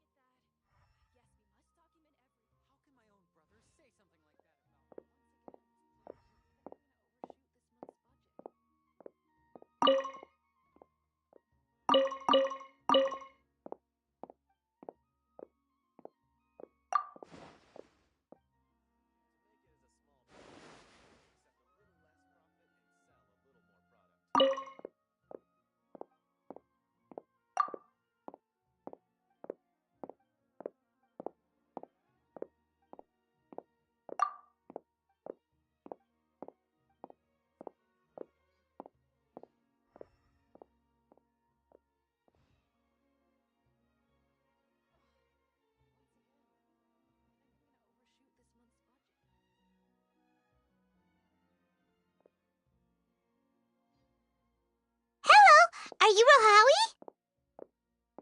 Yes, that's me. Can I help you? Great! You see, Tainari sent us here and... What? Tainari? Please, there's no need to say anything, really. Sure, I admit that the article I published last month wasn't my best work, and maybe the data didn't produce the most convincing results, but... Here! This is a letter from Tainari! Oh, let me see. Oh, ooh, what a relief. You two nearly scared the life out of me. So you two just have some questions for me? Seems even Tainari acknowledges my innate ability for procuring information. So, what is it you two would like to know? We want to meet with Lesser Lord Kusanali. Do you know a way we can do that? You mean you want to meet the Dendro Archon herself? This isn't exactly my area of expertise, but let me see what I can find in the Akasha.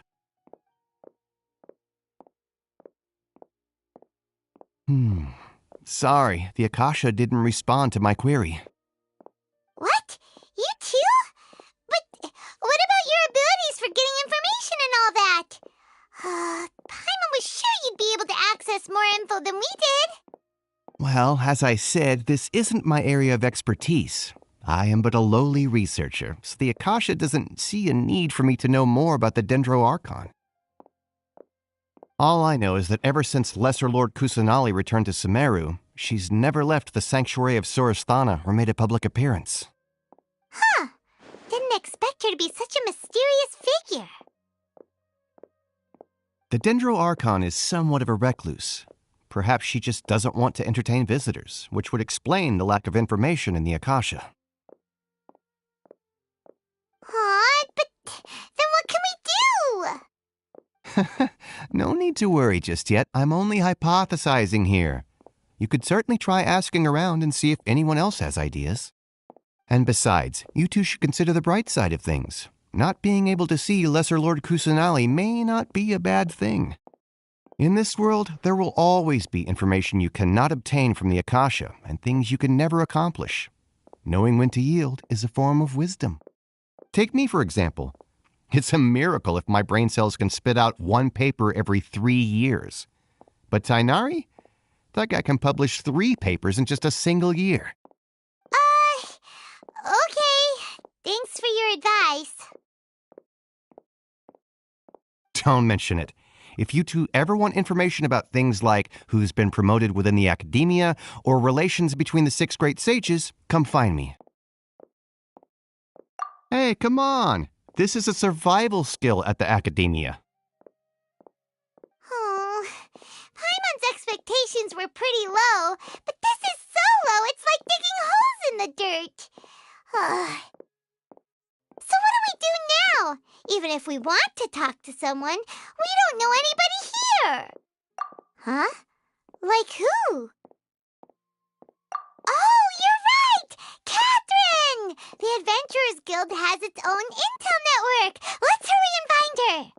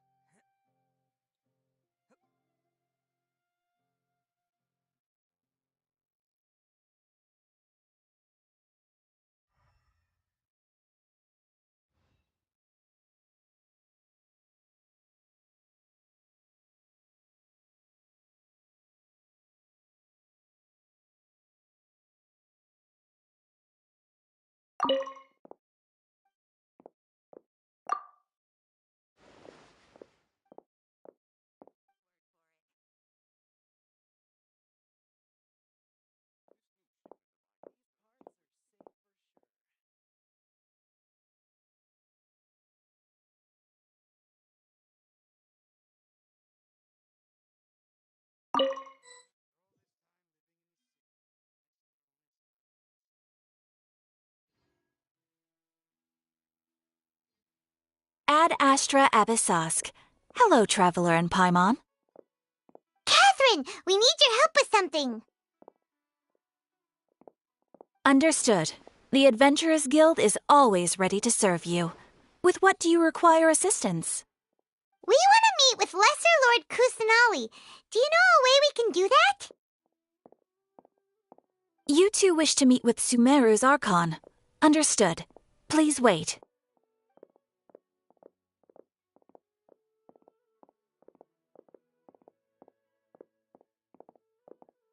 I apologize, but I am unable to call up any relevant information in the Akasha. I'm also unable to locate any pertinent information in my personal memory. Aww, another dead end. Well, if Catherine can't help us, then we really don't know anyone else to ask now. Please do not worry. I may know of someone who can help you two. In Sumeru, the Adventurers Guild does not serve as the vanguard of information. Rather, there are numerous active mercenary groups collectively known as the Eremites. They take on various contracts and work all across Sumeru, so they naturally accrue intelligence. An Eremite brigade called the Corps of 30 is in charge of Sumeru City's defenses. Not only are they the oldest brigade, but they are responsible for managing and coordinating the affairs of all other mercenary brigades. Corps of 30? What a weird name. Supposedly, they are named as such because their ranks numbered 30 at their inception. Asfand, an advisor with the Corps of 30, maintains good relations with the Adventurers Guild. Though he's already retired, he and his words carry great weight within mercenary circles. If you'd like to get in contact with him, you can find him at the Corps of 30's headquarters, the Citadel of Rexar. You're welcome. I wish you two the best of luck. We look forward to your exploits in Sumeru. All right, off to the Citadel of Rexar we go! Ad Astra Abyssosk.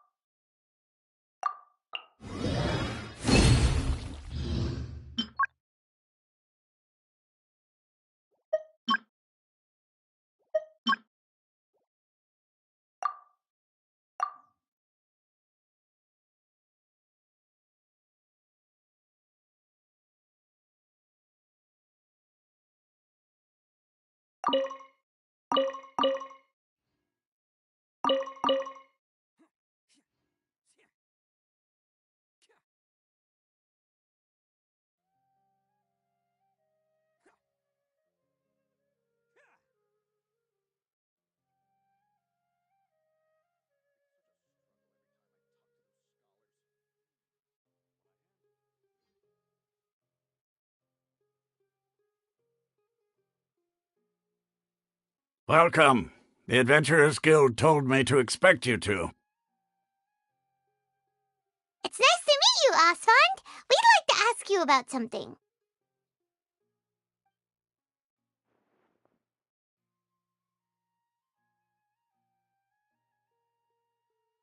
I see. So Catherine's the one who sent you this way. Ha! It's true that the Eremites' network is vast, but even I can't help you meet the Dendro Archon. Wait, seriously? That's it? Afraid so. The Eremites aren't terribly religious. so we don't know much about divinities. As far as the Akasha goes, we can access even less than you. We originally came from the desert. The gods there died off long ago. Since those days, we've used our own 2 hands to carve out a living. We don't beg gods for their aid. It isn't just us, though. If you ask me, I think most in Sumeru aren't interested in Lesser Lord Kusanali. Oh? Why's that? Just take the Academia, for example. They're the ones who truly rule Sumeru. Although they believe in gods, most of them only care for the late Greater Lord Rukkhadevata. In their eyes, she was the one who founded Sumeru and gifted us with the Akasha. Lesser Lord Kusanali just happened to inherit her legacy. Because of the Academia's influence, most citizens are more familiar with Greater Lord Rukkhadevata and hold her in greater esteem. Not to mention that Lesser Lord Kusanali never makes an appearance, and the Academia never announces anything about her. As far as the people of Sumeru are concerned, she's just a god that exists. And that's all. Really? Aw. After hearing all of that, Paimon sort of feels bad for Lesser Lord Kusanali. Ha! But who knows? We're all just guessing when it comes down to it. Besides, I'm sure the God of Wisdom doesn't worry about her reputation among people like us. All right. Well, thanks for the info, Osfond. No problem. Always happy to help out the Adventurers Guild.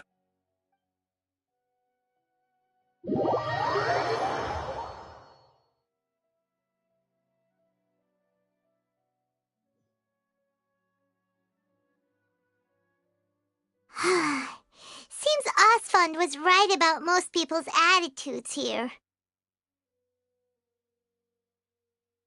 Not only are they not interested in the Dendro Archon, they even say stuff like, if the Akasha doesn't think I should know, then I don't need to know about it. We've been asking for information non-stop ever since we got to Sumeru, but the harder we try, the more helpless everything seems. Isn't there at least one person in this entire city who cares about Lesser Lord Kusanali? Oh, you two are interested in Lesser Lord Kusanali? Huh? Who are you? From the sound of it, you two are Outlanders who recently arrived here. You've been asking around for information on Lesser Lord Kusanali, right? Oh, I'm sorry. I forgot to introduce myself. I'm Dunyarzad, one of Lesser Lord Kusanali's faithful followers. Whoa, really? Then do you know how we can meet with her? I'm afraid I can't help you with that. But your conversation earlier did happen to remind me of a legend about the Dendro Archon. Sure. It goes like this. Long, long ago, there was a man who heard a prophecy. It predicted that a great calamity was about to befall him.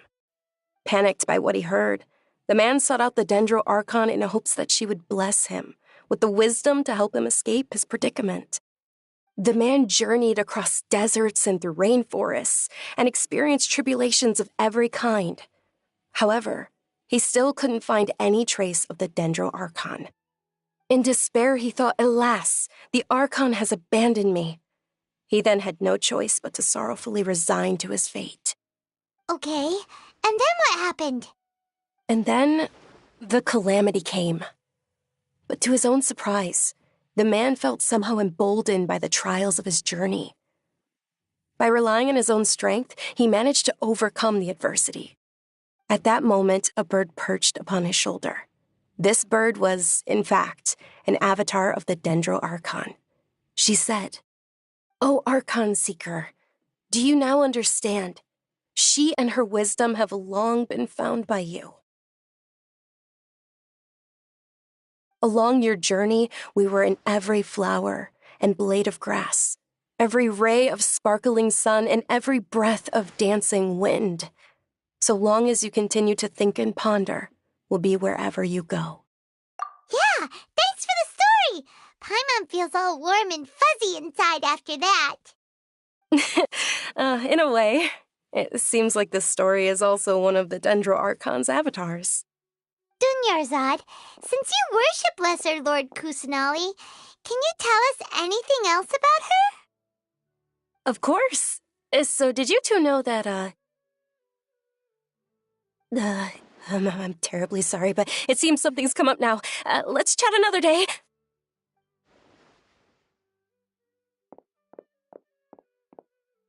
Hey, wait! What the heck just happened? It looks like they're searching for someone. Dunyarzad was acting super nervous just now. You think they're looking for her? This stinks! We finally managed to find a lead about Lesser Lord Kusanali! We can't let them get in the way now! Let's see if we can get rid of them. Then we can catch up with Dunyarzad! Hey, have you two seen a brown-haired girl wearing a purple top and a long blue dress? We're looking for her. Did she have bandages wrapped around her wrists?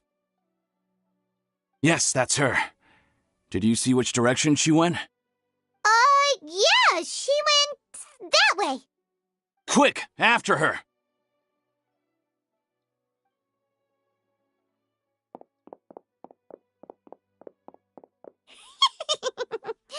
That should keep him busy for a while. Let's hurry and find Dunyarzad.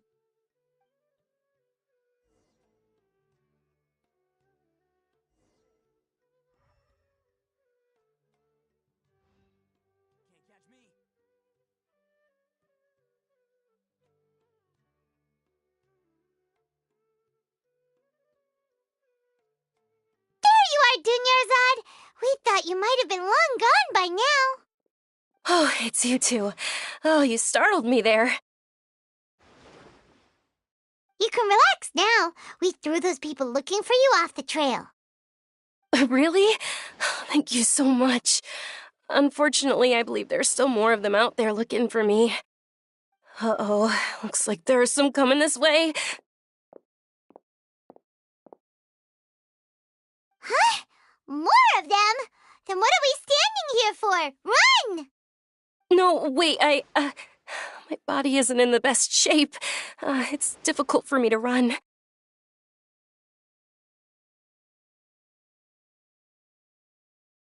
Okay, sounds good. There's a tavern on the other side of the port we can go to. They probably wouldn't expect me to hide in a place like that. All right, let's move out. Stay behind us. We'll keep an eye out for anyone looking for you.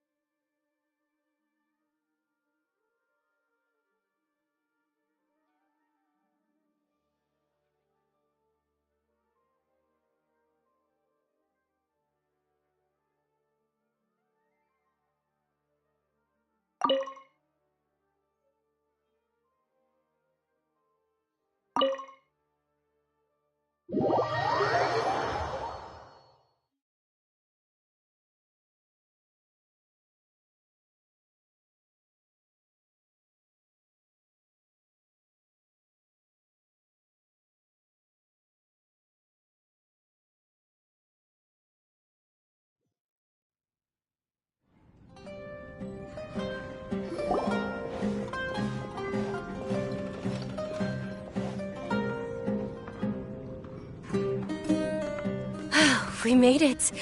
Oh, they shouldn't be able to find us now. Wait! Stand down, Dia!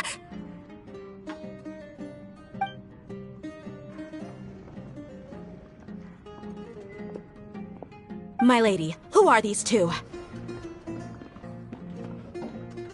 They're travelers that I met on the street just a moment ago. They happened to notice that you were all searching for me, so they helped me hide. I see. In that case, you two should scram. There's nothing here for you. Wait a sec! Who the heck are you? And why are you shooing us away? I'm Miss Dunyarzad's bodyguard, here to see that she returns home safe and sound.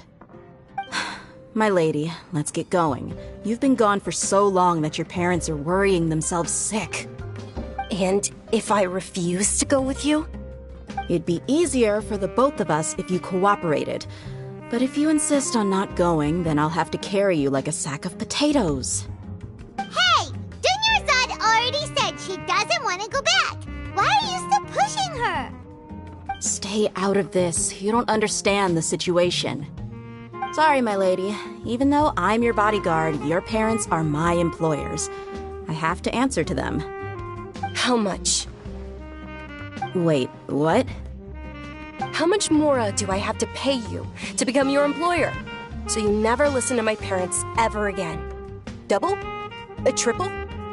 Give me some time and I'll get that much. My lady, this isn't about Mora. I don't know what you think of us Eremites, but let me say this. I like Mora, but I'll never go against my principles. That's why I'm here looking for you. Sure, it's an order from my employer, but my conscience was also telling me it's the right thing to do. And knowing your health, carelessly running around like this is gonna hurt ya. For the sake of those who love you, don't be stubborn. No, you're wrong. I'm aware of my limits and I know what I'm doing. Honestly, the only people being stubborn right now are my parents. And I know perfectly well that it makes no difference if I'm at home or not. They still won't accept reality. And every time I bring this up, they just change the subject. Dia, you've been living with us a long time already. This should be old news to you. Dia, I know it hasn't been easy for Mother and Father, and I'm grateful for everything they've done for me. But there's someone else in this world I'm also grateful to. Because she saved me. The love I have for her is the same I have for my parents. This is my life and my last chance. So I want to do something meaningful.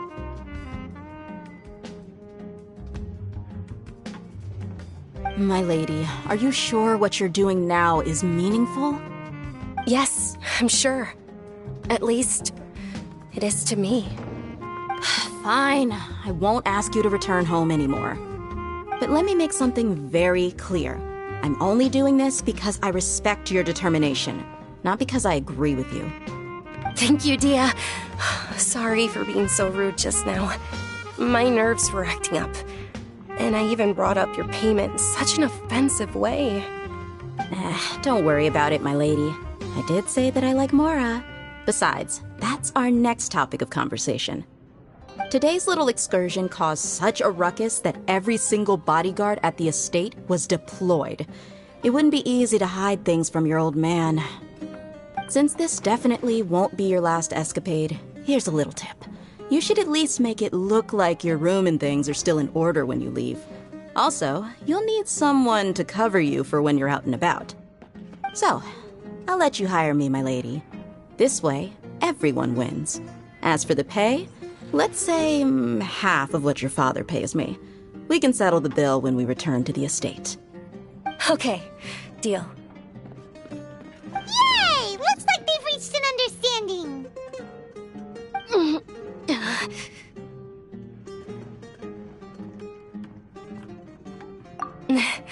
I'm fine, really. I just feel a little tired now that things have calmed down. My lady, stop trying to look tough. We're already in a tavern, so let's rest up and grab some grub. I'm sorry for worrying you two. If you don't mind, I'd like for you to join us. Sure! After you rest up, we want to hear more about Lesser Lord Kusanali.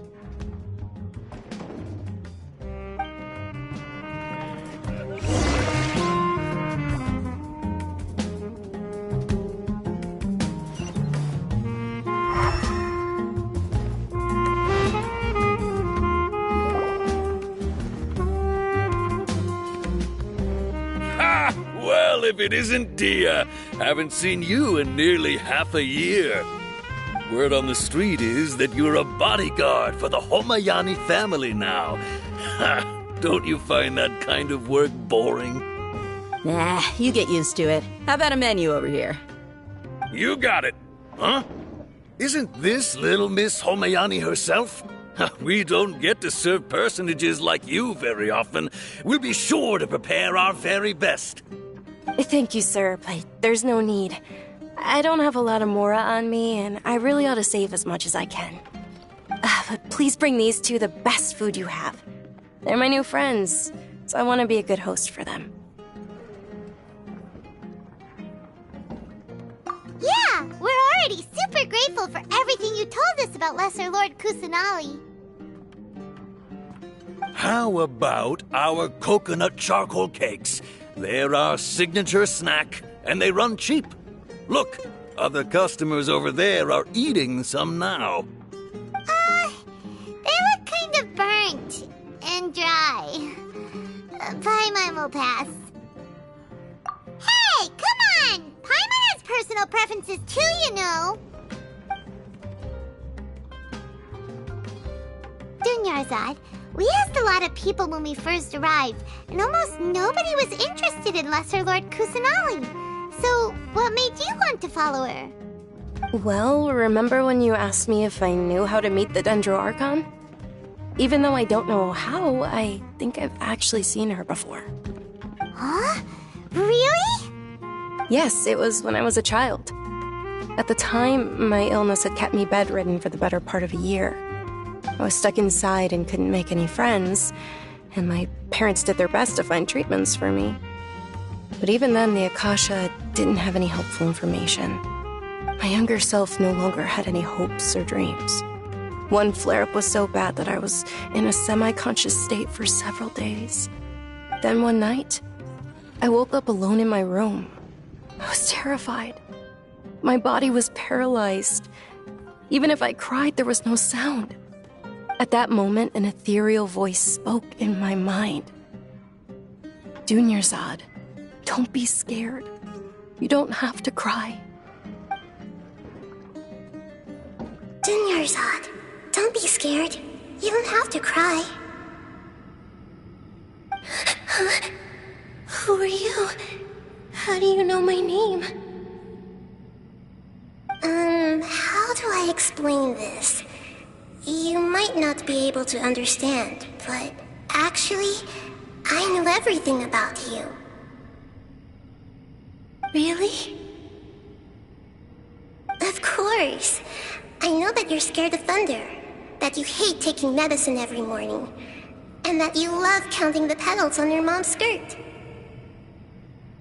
Wow, you really do know everything. Dunyarzad, is there anything you want? Want? Not really. I can't go anywhere or do anything. Huh? But aren't you a child? All children have wishes. Tell me what you want, and maybe I can make it happen. But can you make my illness go away? Oh. I'm sorry.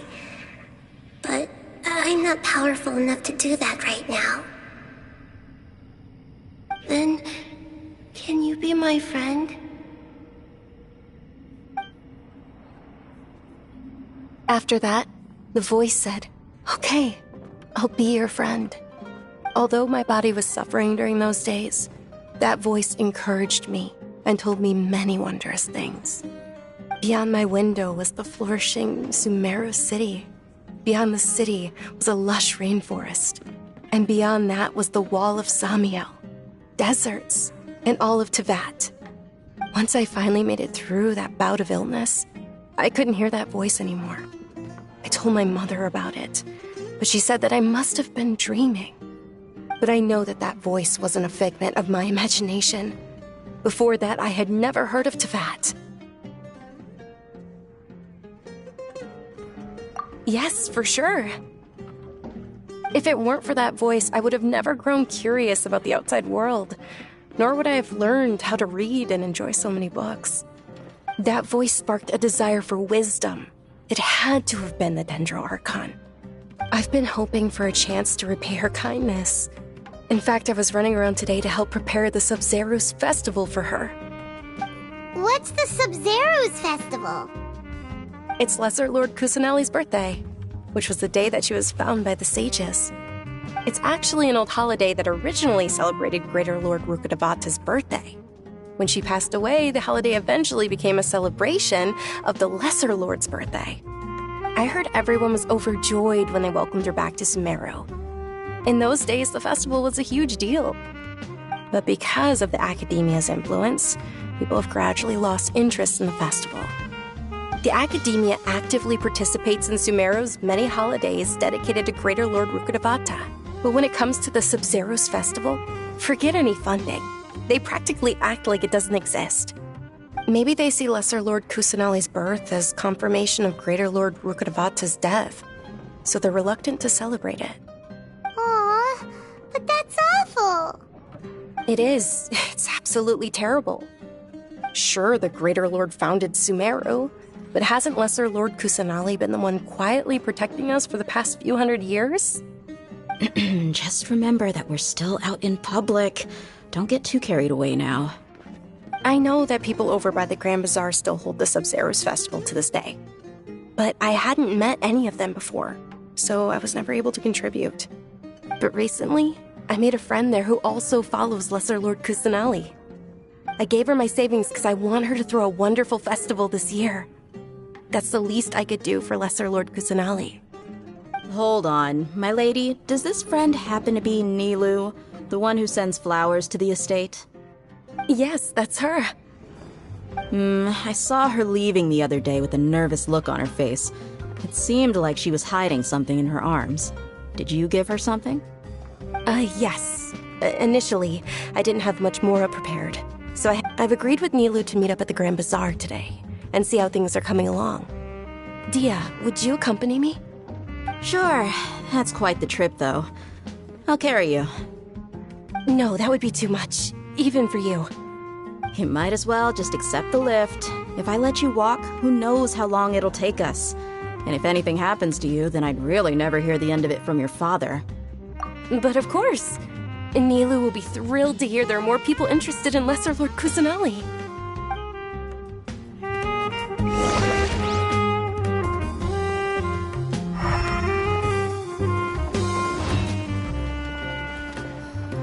Don't you remember your adventure?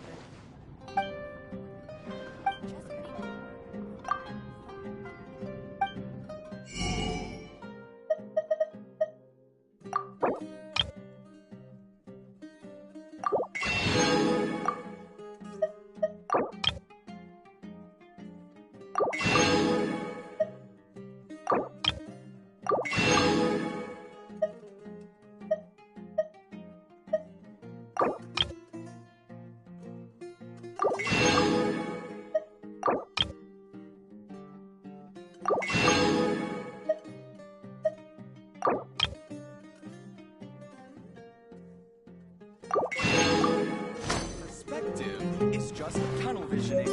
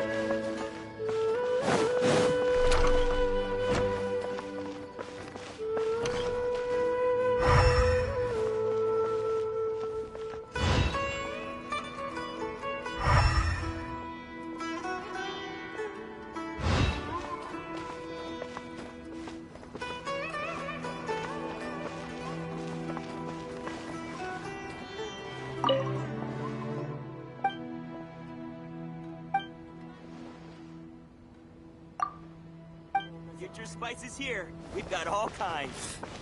What's so great about special toys anyway?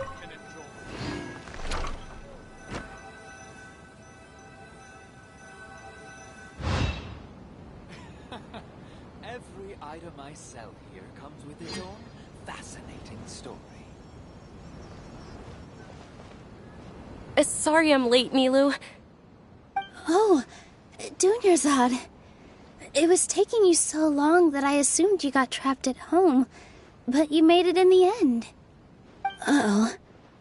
But if Dia's here, that means you got caught, right? You could say that, but everything worked out. She's on our side now. Not completely. Oh, and who are these two? Oh, meet the Traveler and Paimon, my two newest friends. They're visitors who just arrived at Sumeru City and are looking for information on Lesser Lord Kusanali. So you're followers from another land? That's wonderful. You two absolutely mustn't miss the Sub-Zerus festival. By the way, Dunyarzad, we've already started decorating the Grand Bazaar. It looks spectacular, thanks to your generous contribution. You're very welcome. It's the only thing I could do. Do you still have enough Mora? Probably? But don't sweat it. We've already finished renovating the stage. Come on, I'll show you.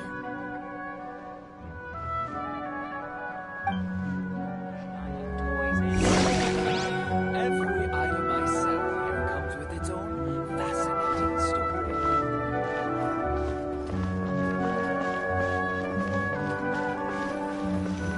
I wonder if the treasures are discovered. Wow!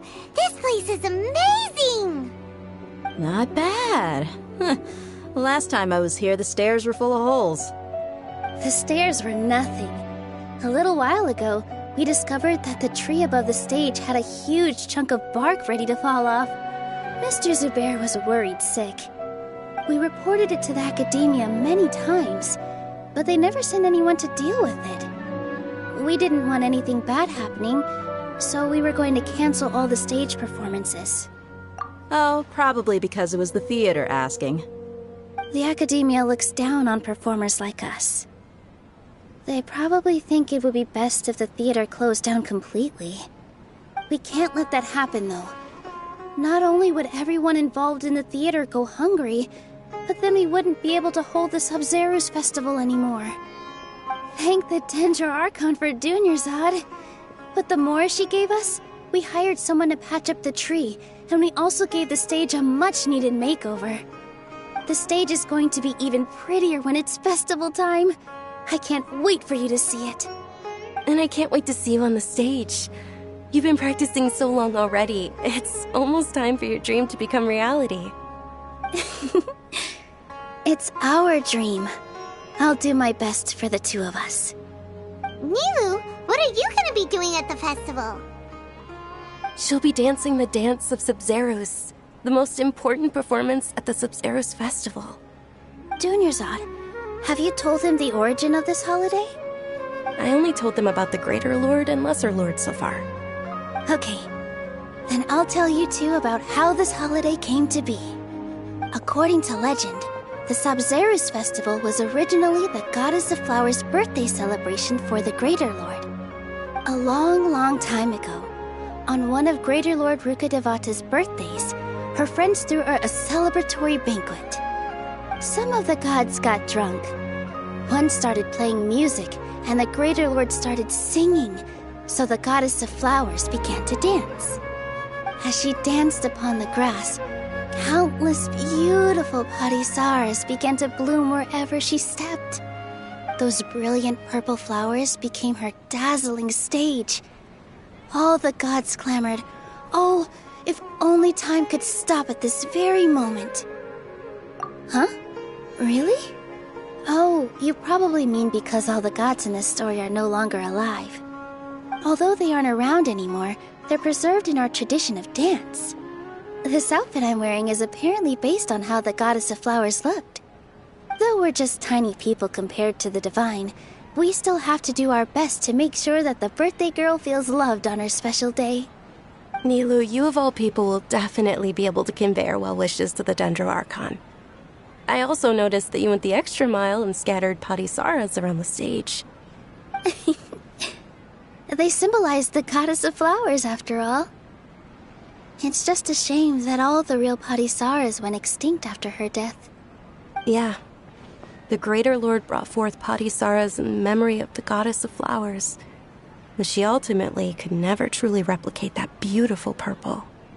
Thinking about the goddess of flowers dance makes me wish I could have seen it. If my stage were anything like that, I'd be thrilled if I had just 2 real Patisaras on the stage. So, Traveler and Paimon, what do you think? Interested in the Sabzeruz festival? Will you two be coming? All of Lesser Lord Kusanali's followers will be there for her birthday. It'll be a good opportunity for you to learn more about her. Ooh, Paimon thinks that's a great idea! Hey, come on! There's nothing wrong with enjoying a festival. Besides, it's Lesser Lord Kusanali's birthday. She'll be happy to have more people who are celebrating it. So how about we all attend the Sabzeruz festival together? Dunyarzad, let me show you which stage decorations we've picked out so far. Traveler and Paimon, if that doesn't sound interesting to you, then feel free to explore the area. Everyone at the Grand Bazaar loves Lesser Lord Kusanali, and we're all looking forward to the Sabzeruz festival. In that case, we'll take a look around. Dad, let me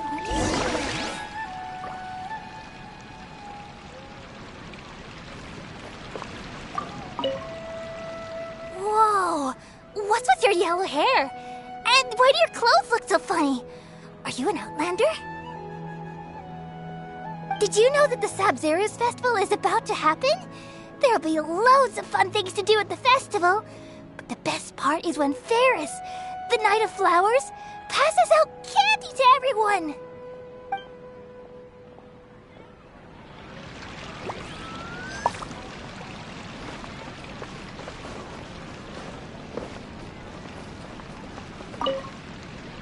Ah, dancing at the Sabzeruz Fest. As a child, I even asked my grandmother why we performed the dance for the Lesser Lord when it was... My grandmother said that Greater Lord Rukkhadevata is a beloved deity and honored by all.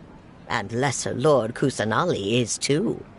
If the goddess of flowers ever knew Lesser Lord Kusanali, then she would certainly have wished to be her friend and hold celebrations for her too. The Sabzeruz festival has been losing its appeal over the years. That is, until a wealthy benefactor stepped in this year and brought the festival back to life. I heard she forked out a lot of mora to make it all happen.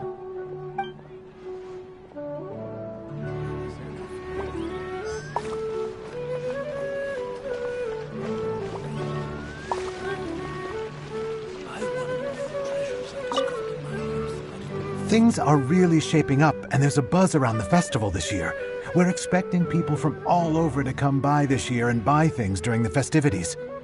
Don't be fooled into thinking that Sumeru City has the best of everything.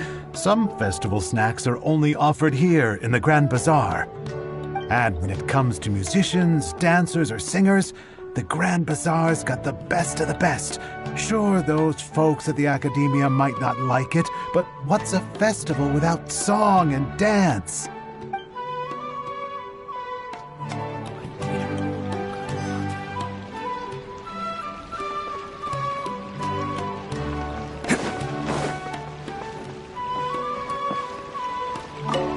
Nilou, your outfit looks amazing.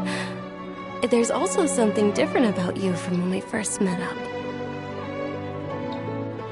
I thought I'd add a little extra pizzazz to my dress for the festival. See? Wow, did you sew all that yourself? Uh-huh. Sewing is a fundamental skill for everyone in the theater company because we make all our own costumes. Did you know that Mr. Zubair not only can make costumes, But props, too? I've noticed that you can't keep your eyes off that crown over there. Would you like to try it on? May I? Of course. The legends say that the goddess of flowers had beautiful horns on her head, so this crown was made to reflect that. Dunyarzad, you look absolutely stunning with it on. It's like I'm looking at the goddess of flowers herself.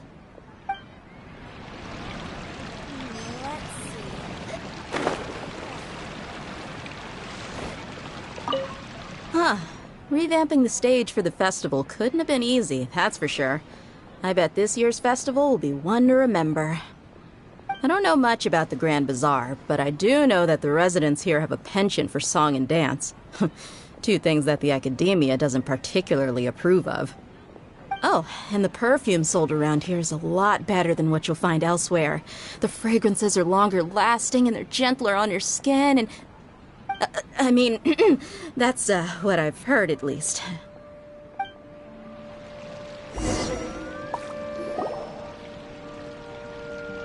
Hey! Is that who Paimon thinks it is? It looks like... Catherine!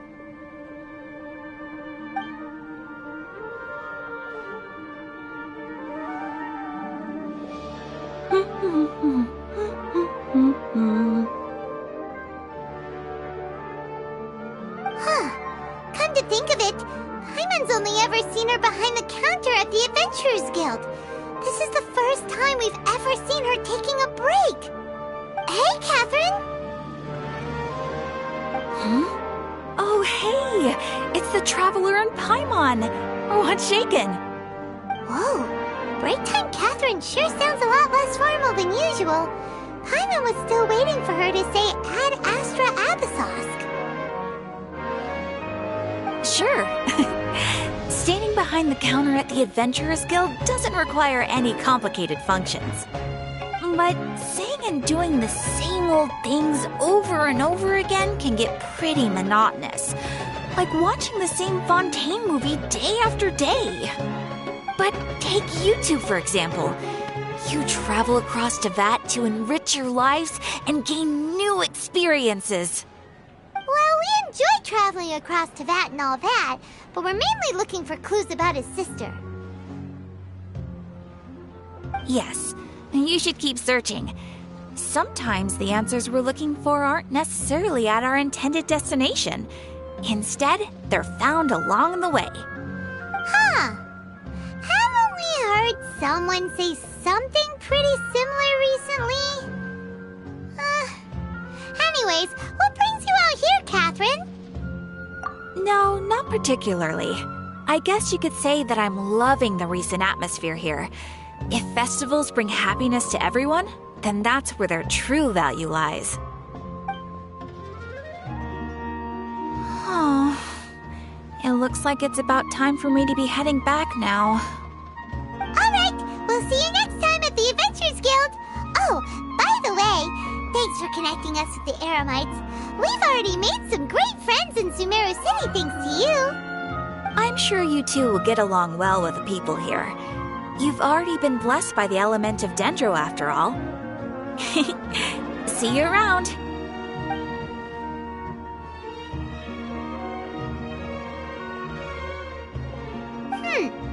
There's something really different about Catherine today.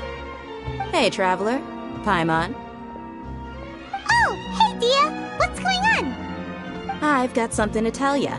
My lady knows you're looking for ways to meet Lesser Lord Kusanali, and she's been trying to come up with a way to help you.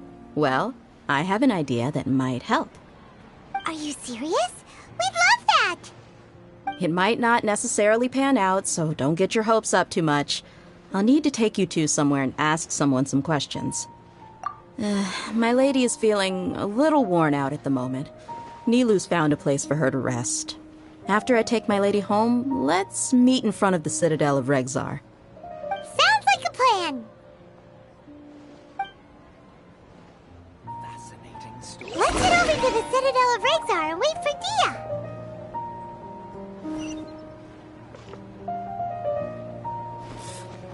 I'm so great about Snezh Night and toys anyway? Life is so dull here.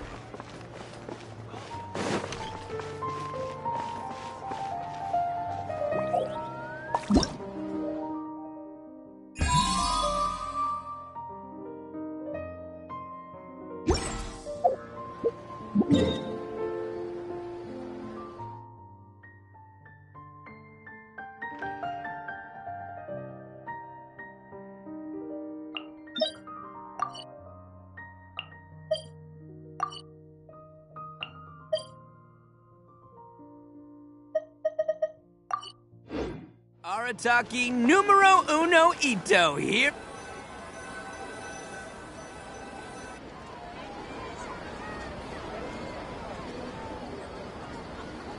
Sorry, I'm late.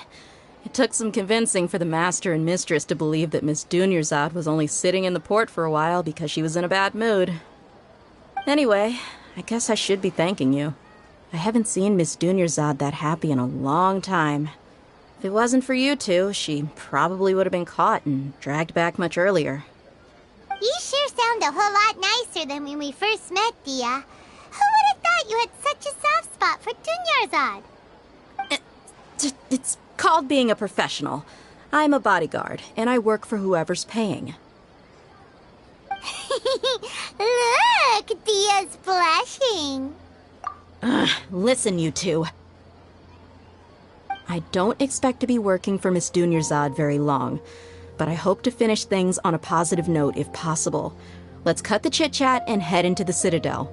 We'll see if the person I know has a way for you two to meet with the Lesser Lord.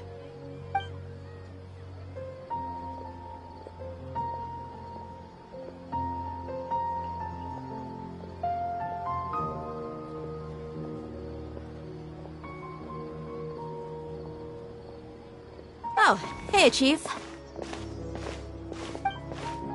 Ha, Dia! What are you doing here? And well, didn't expect to see you three together. I take it you all know each other already? Mm-hmm. We met this morning after the Adventurers Guild pointed us to Ozfon for more info. No kidding. Huh. So, where's Ruksha? I thought I'd help these two out by asking about the theft. Anything you can tell him? Ruksha's gone over to the Academia. The Grand Sage recently ordered Sumeru City to begin bolstering its defenses, so people from all over have been called back to the city. Since you've already mentioned the theft, I suppose I might as well tell him what we know. Appreciate it, Chief. Theft? Sorry, what the heck are you guys talking about? Just recently, the Academia lost something, and there's a chance the item is connected with the Dendro Archon. This case might just somehow help you in meeting her. I suppose that's one way to look at it. But if you ask me, the case is more about the Academia than anything else. Let me fill you in.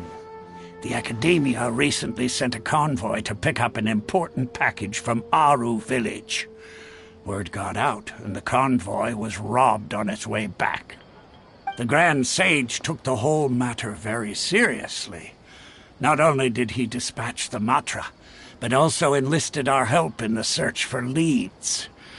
All we know so far is that whatever was stolen is currently in Port Ormos. You two have heard of Port Ormos, haven't you? It's the largest commercial port in all of Sumeru. You can travel there by leaving Sumeru City and heading south along the river. The Academia's grip isn't long enough to reach all the way to Port Ormos, so the city's a little more laid back, meaning the population's also a mixed bag. You never know who you'll meet there. Apparently what was lost has a great deal to do with the Akasha, knowledge, and even the gods. I'm afraid I don't have any other details for you, though. If you're interested, maybe you could head to Port Ormos and ask around yourselves.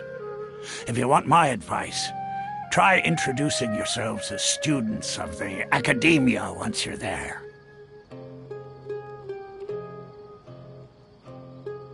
Are you serious, Chief? All the Academia students are in Sumeru City, you know. Why should they pretend to be students in Port Ormos? If you're also interested, just go there and see what happens. Count me out. I've got plenty of work to do here for the Homayani family.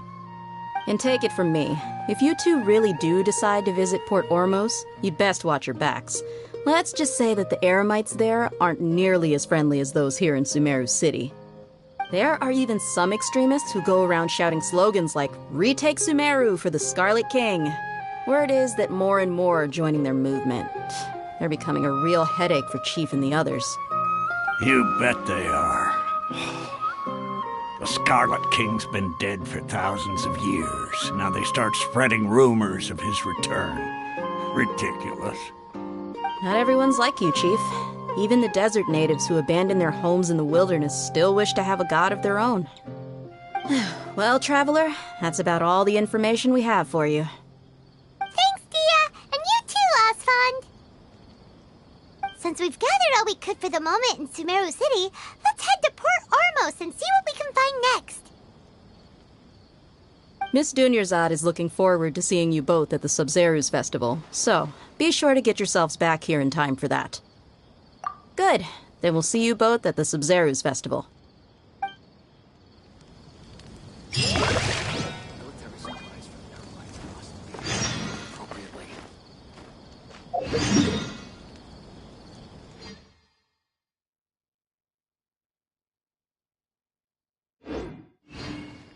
It's such a struggle every time I talk to those scholars.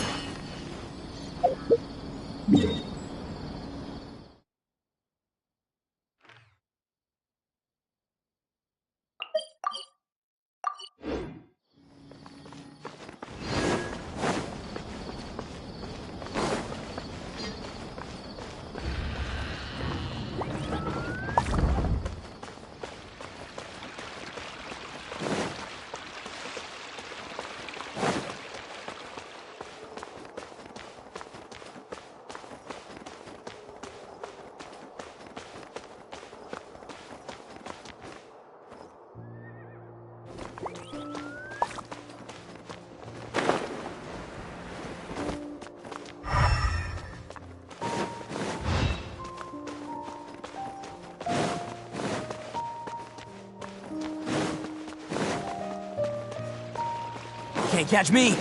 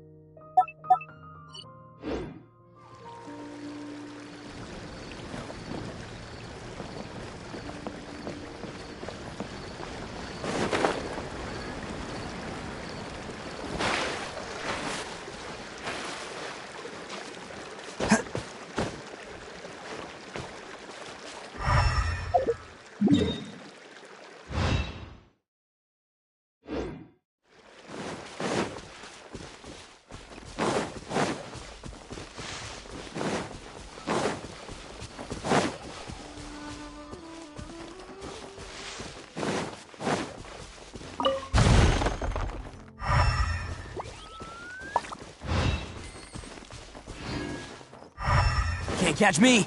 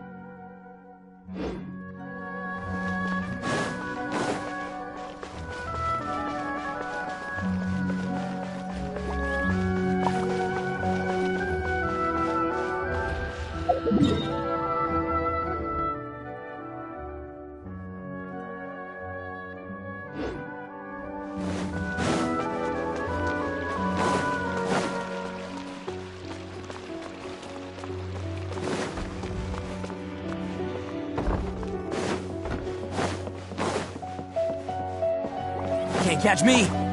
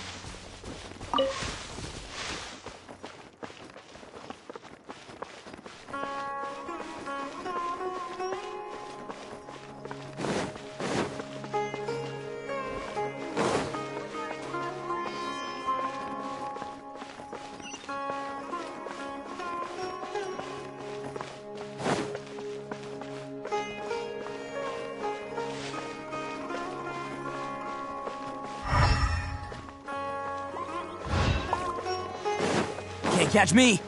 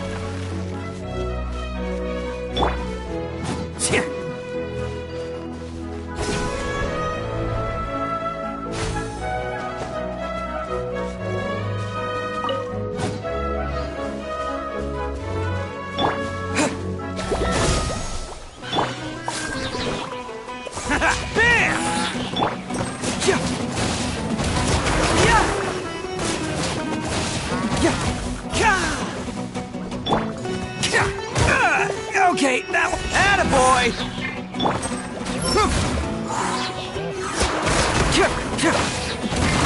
Yeah!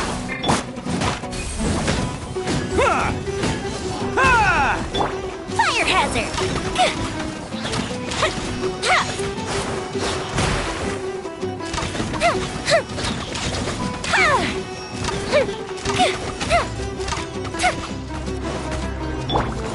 Scatter!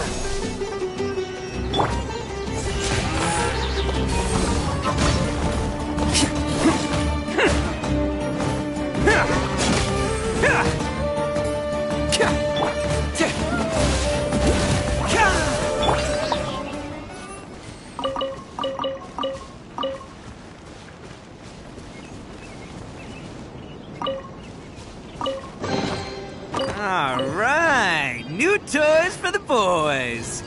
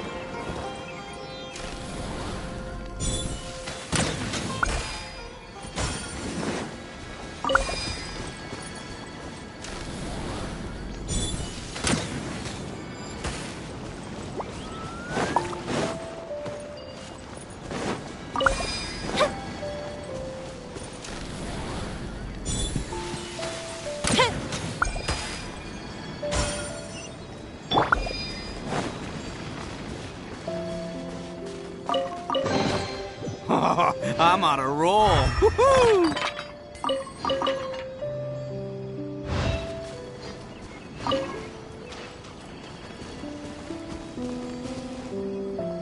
Can't catch me.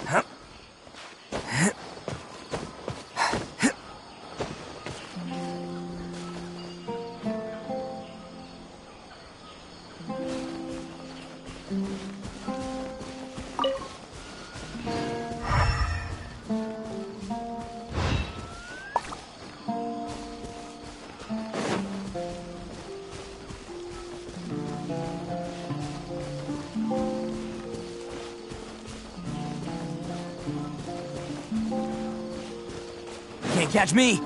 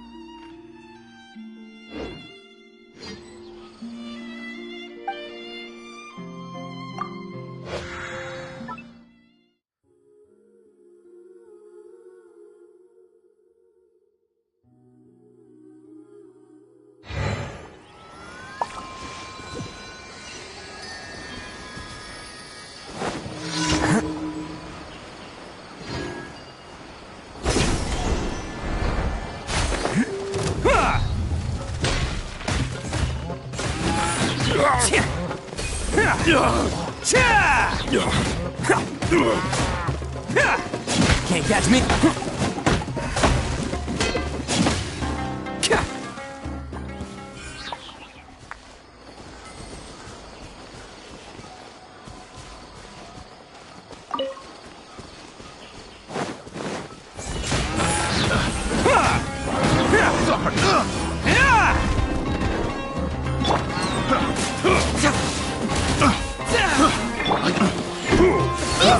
That didn't count!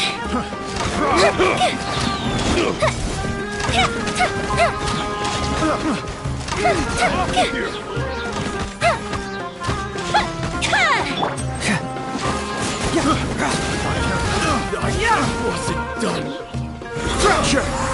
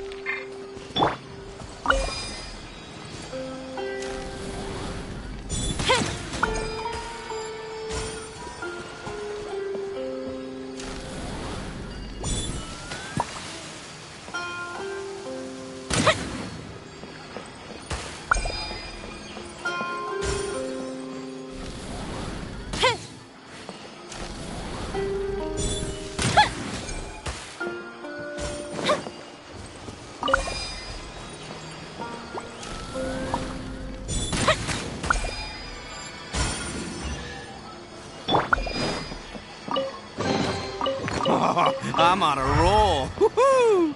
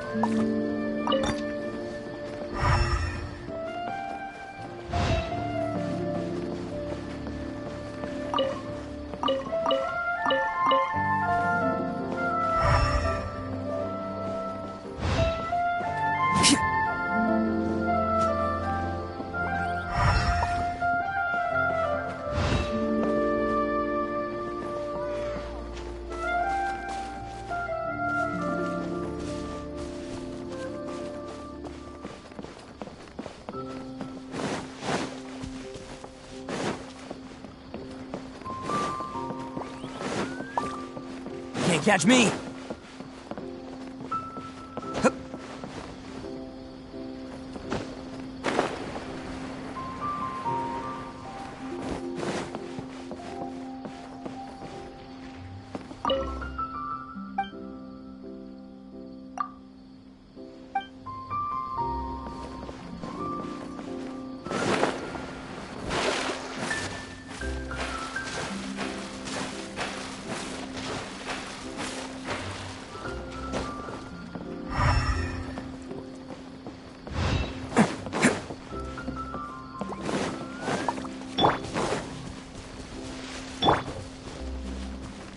Can't catch me!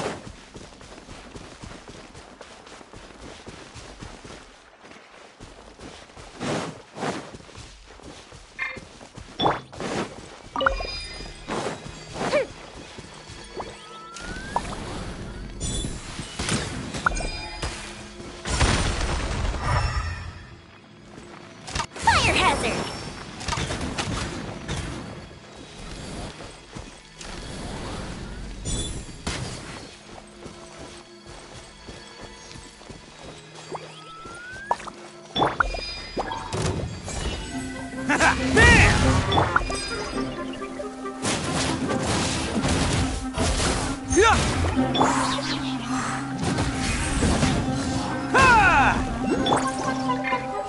Scatter!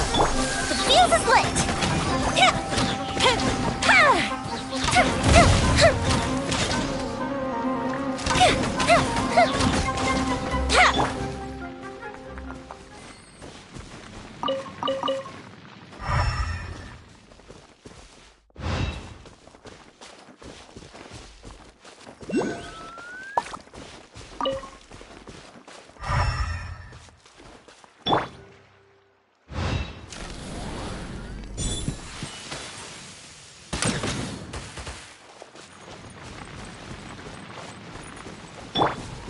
Propagate!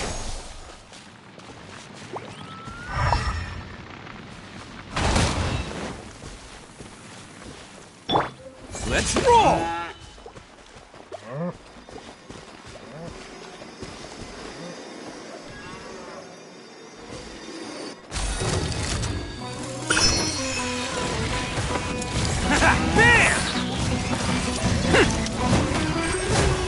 Bam! Cha!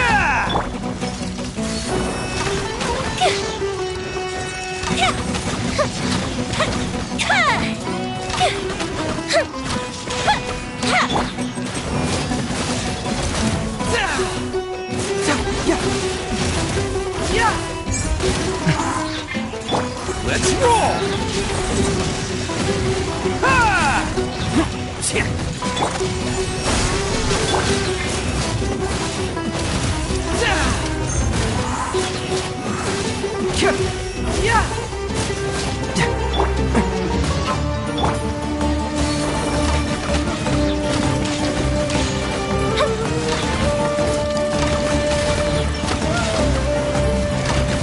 Gotta watch it.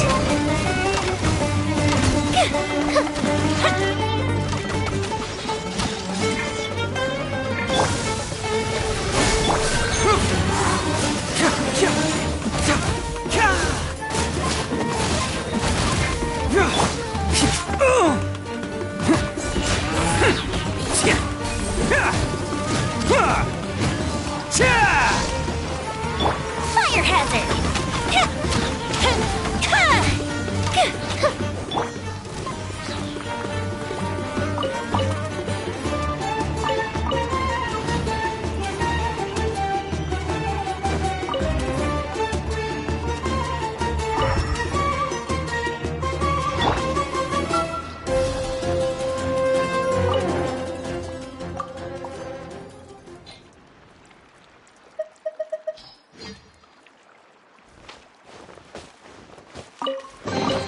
A reward on the road.